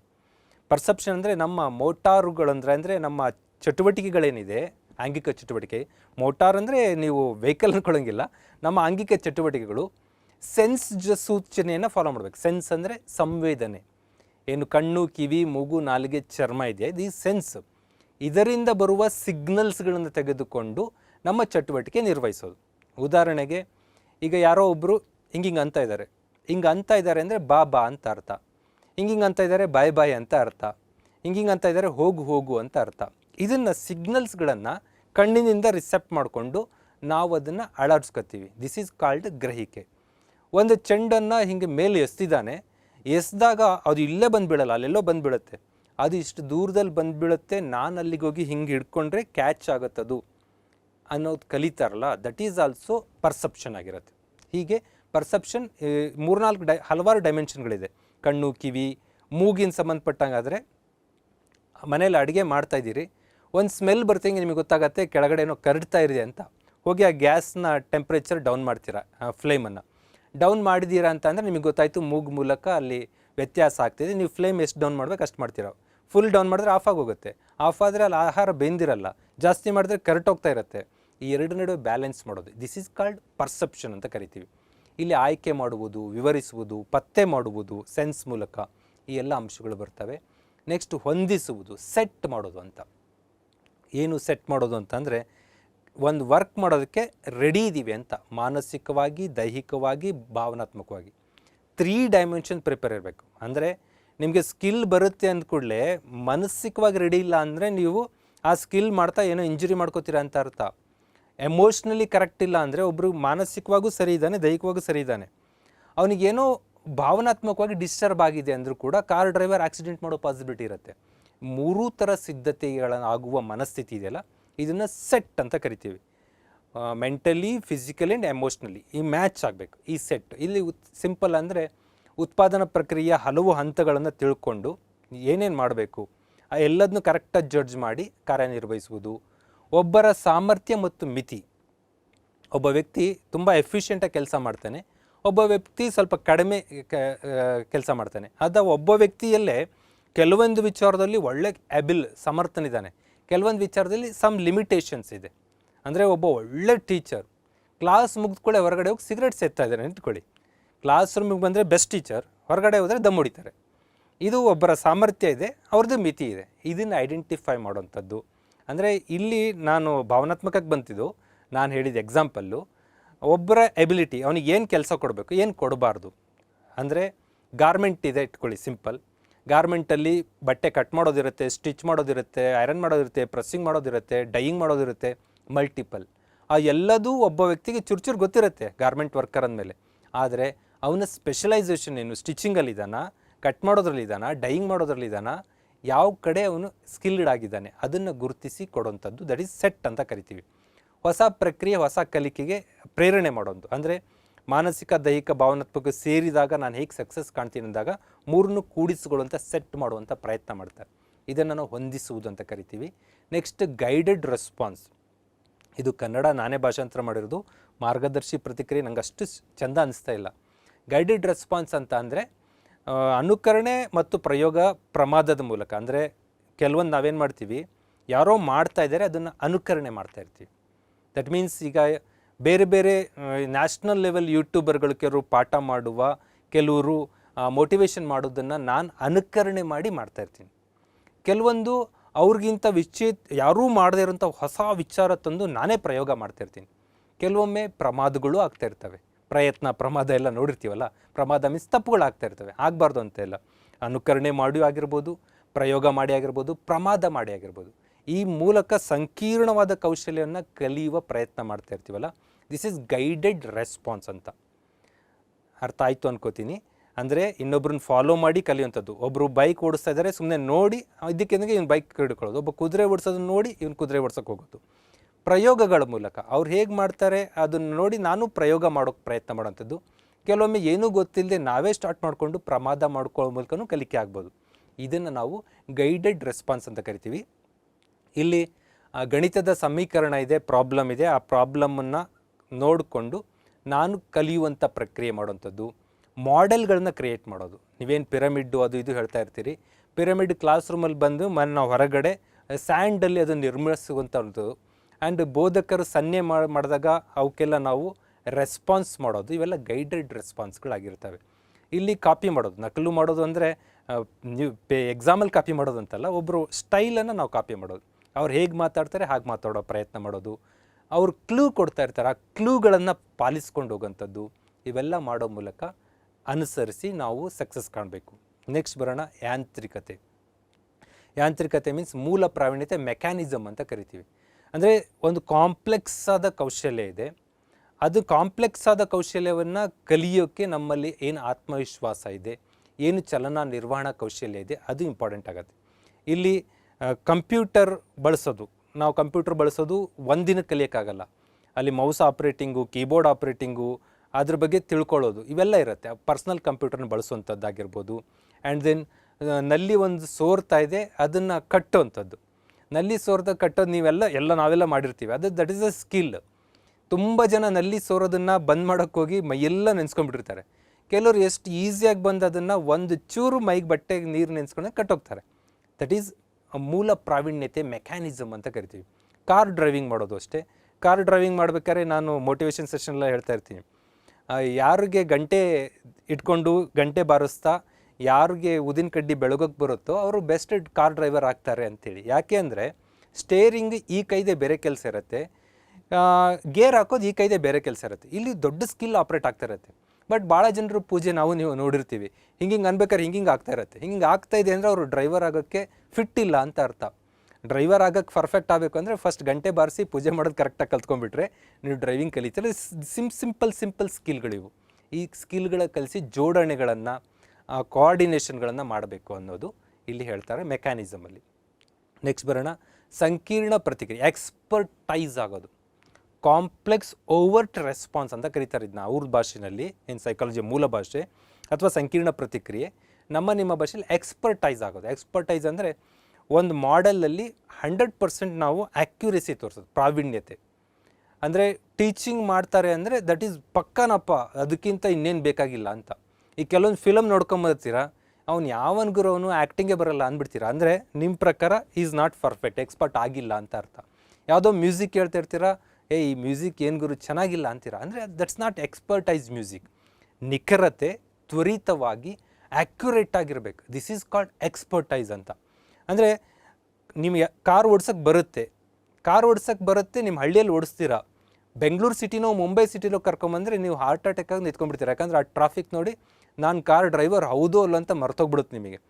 ಇಷ್ಟಿಷ್ಟೇ ಸಣ್ಣ ಪಾರ್ಕಿಂಗಲ್ಲಿ ಒಂಚೂರು ಈ ಕಡೆ ಅಂದರೆ ನಿಮ್ಮ ಕಾರು ಡ್ಯಾಮೇಜ್ ಆಗ್ತಾ ಇರುತ್ತೆ. ಚಿಕ್ಕ ಪಾರ್ಕಿಂಗಲ್ಲಿ ನಿಲ್ಸೋಂಥದ್ದು. ಕಂಪ್ಯೂಟರ್ ಆಪ್ರೇಟ್ ಮಾಡೋ ಹೇಳಿದ್ನಲ್ಲ, ಫಸ್ಟಿಗೆ ಹೇಳಿದೆ ಟೈಪ್ ಮಾಡೋಕ್ಕೆ ಕೊಟ್ಟರೆ ಗಂಟೆಗಟ್ಟಲೆ ಟೈಪ್ ಮಾಡೋದಲ್ಲ, ಟಕ ಟೈಪ್ ಆಗ್ತಾ ಇರಬೇಕು.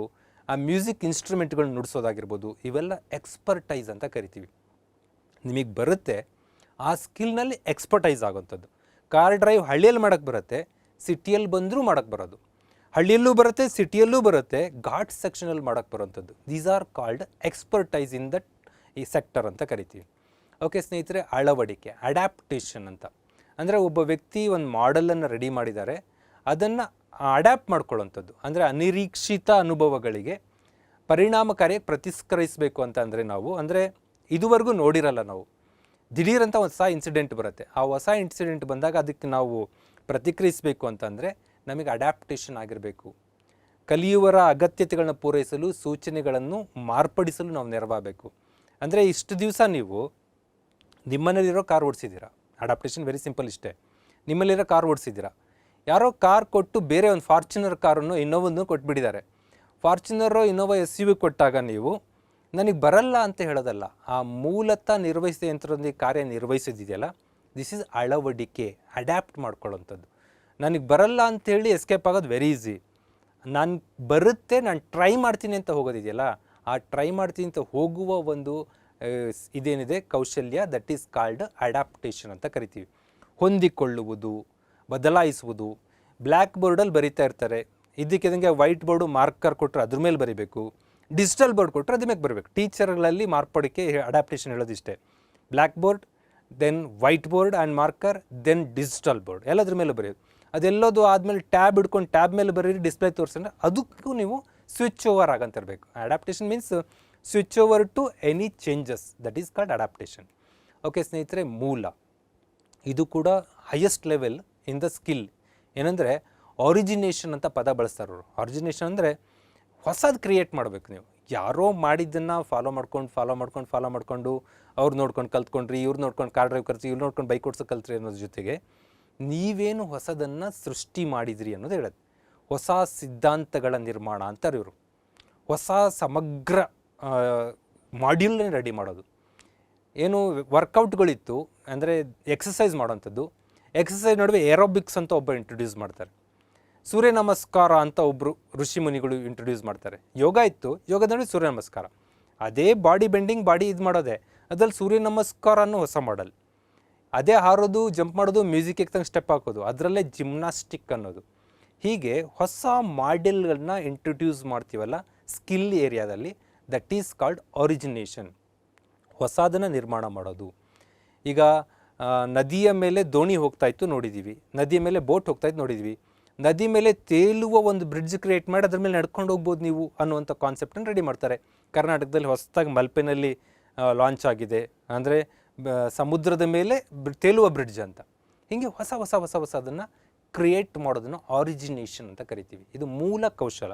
ಒಂದು ತೇಲುವ ಬ್ರಿಡ್ಜ್ ನಿರ್ಮಾಣ ಮಾಡಬೇಕಂದ್ರೆ ನೀವು ಸ್ಕಿಲ್ ಬೇಕಾಗತ್ತೆ. ಆ ಎಲ್ಲ ಕೌಶಲ್ಯಗಳು ಹೀಗೆ ಹಲವು ಮಾಡೆಲ್ಗಳನ್ನು ನಾವು ನೋಡ್ತಾ ಬರ್ತೀವಿ. ಸ್ನೇಹಿತರೆ, ಎಲ್ಲದನ್ನೂ ನಾನು ರಿಪೀಟ್ ಮಾಡೋಕ್ಕಾಗಲ್ಲ, ಜಸ್ಟ್ ಗ್ಲ್ಯಾನ್ಸ್ ಮಾಡ್ಕೊಂಬಂದಿದ್ದೀನಿ. ಅಂದರೆ ಮೊದಲ ಮಾಡೆಲ್ 6 ಥರದ್ದಿರುತ್ತೆ, ಎರಡನೇದು 5 ಥರದ ಲೆವೆಲ್ ಇರುತ್ತೆ, ಮೂರನೇ ಸ್ಕಿಲ್ ಸೆಕ್ಟರಲ್ಲಿ 7, 6, 5, 11, 18 ಟೈಪ್ಸ್ಗಳನ್ನು ಡಿಸ್ಕಸ್ ಮಾಡಿದ್ದೀನಿ. ಕೀವರ್ಡ್ಸ್ಗಳನ್ನು ಹೆಚ್ಚು ಚರ್ಚೆ ಮಾಡೋಕ್ಕಾಗಿಲ್ಲ, ಯಾಕಂದರೆ ಟೈಮ್ ತುಂಬ ಕಡಿಮೆ ಇದೆ. ನಿಮಗೆ ಓದಿದರೆ ಅರ್ಥ ಆಗುತ್ತೆ. You are all teachers. ನಾನು ನಿಮ್ಮ ಜೊತೆ ಒಬ್ಬ ಸೀನಿಯರ್ ಟೀಚರ್ ಅಷ್ಟೇ, ಇನ್ನೇನೂ ಇಲ್ಲ. ಹಾಗಾಗಿ ಚೆನ್ನಾಗಿ ಓದ್ಕೊಳ್ಳಿ. ಇನ್ಯಾವುದಾದ್ರೂ ನಿಮಗೆ ಸೈಕಾಲಜಿ ವಿಚಾರದಲ್ಲಿ ಟಾಪಿಕ್ ಬೇಕು ಅಂದರೆ ಕಮೆಂಟ್ ಮಾಡಿ. I try to come with that topic. ಯಾಕಂದರೆ ನಿಮ್ಮೆಲ್ಲರ ಸಕ್ಸಸ್ ಬಯಸ್ತಾ ಇರ್ತೀವಿ ನಾವು. ಒಟ್ಟಾರೆ ನಿಮ್ಮ ಗೆಲುವು ನಮ್ಮ ಆಸೆ. Thank you so much. Bye bye.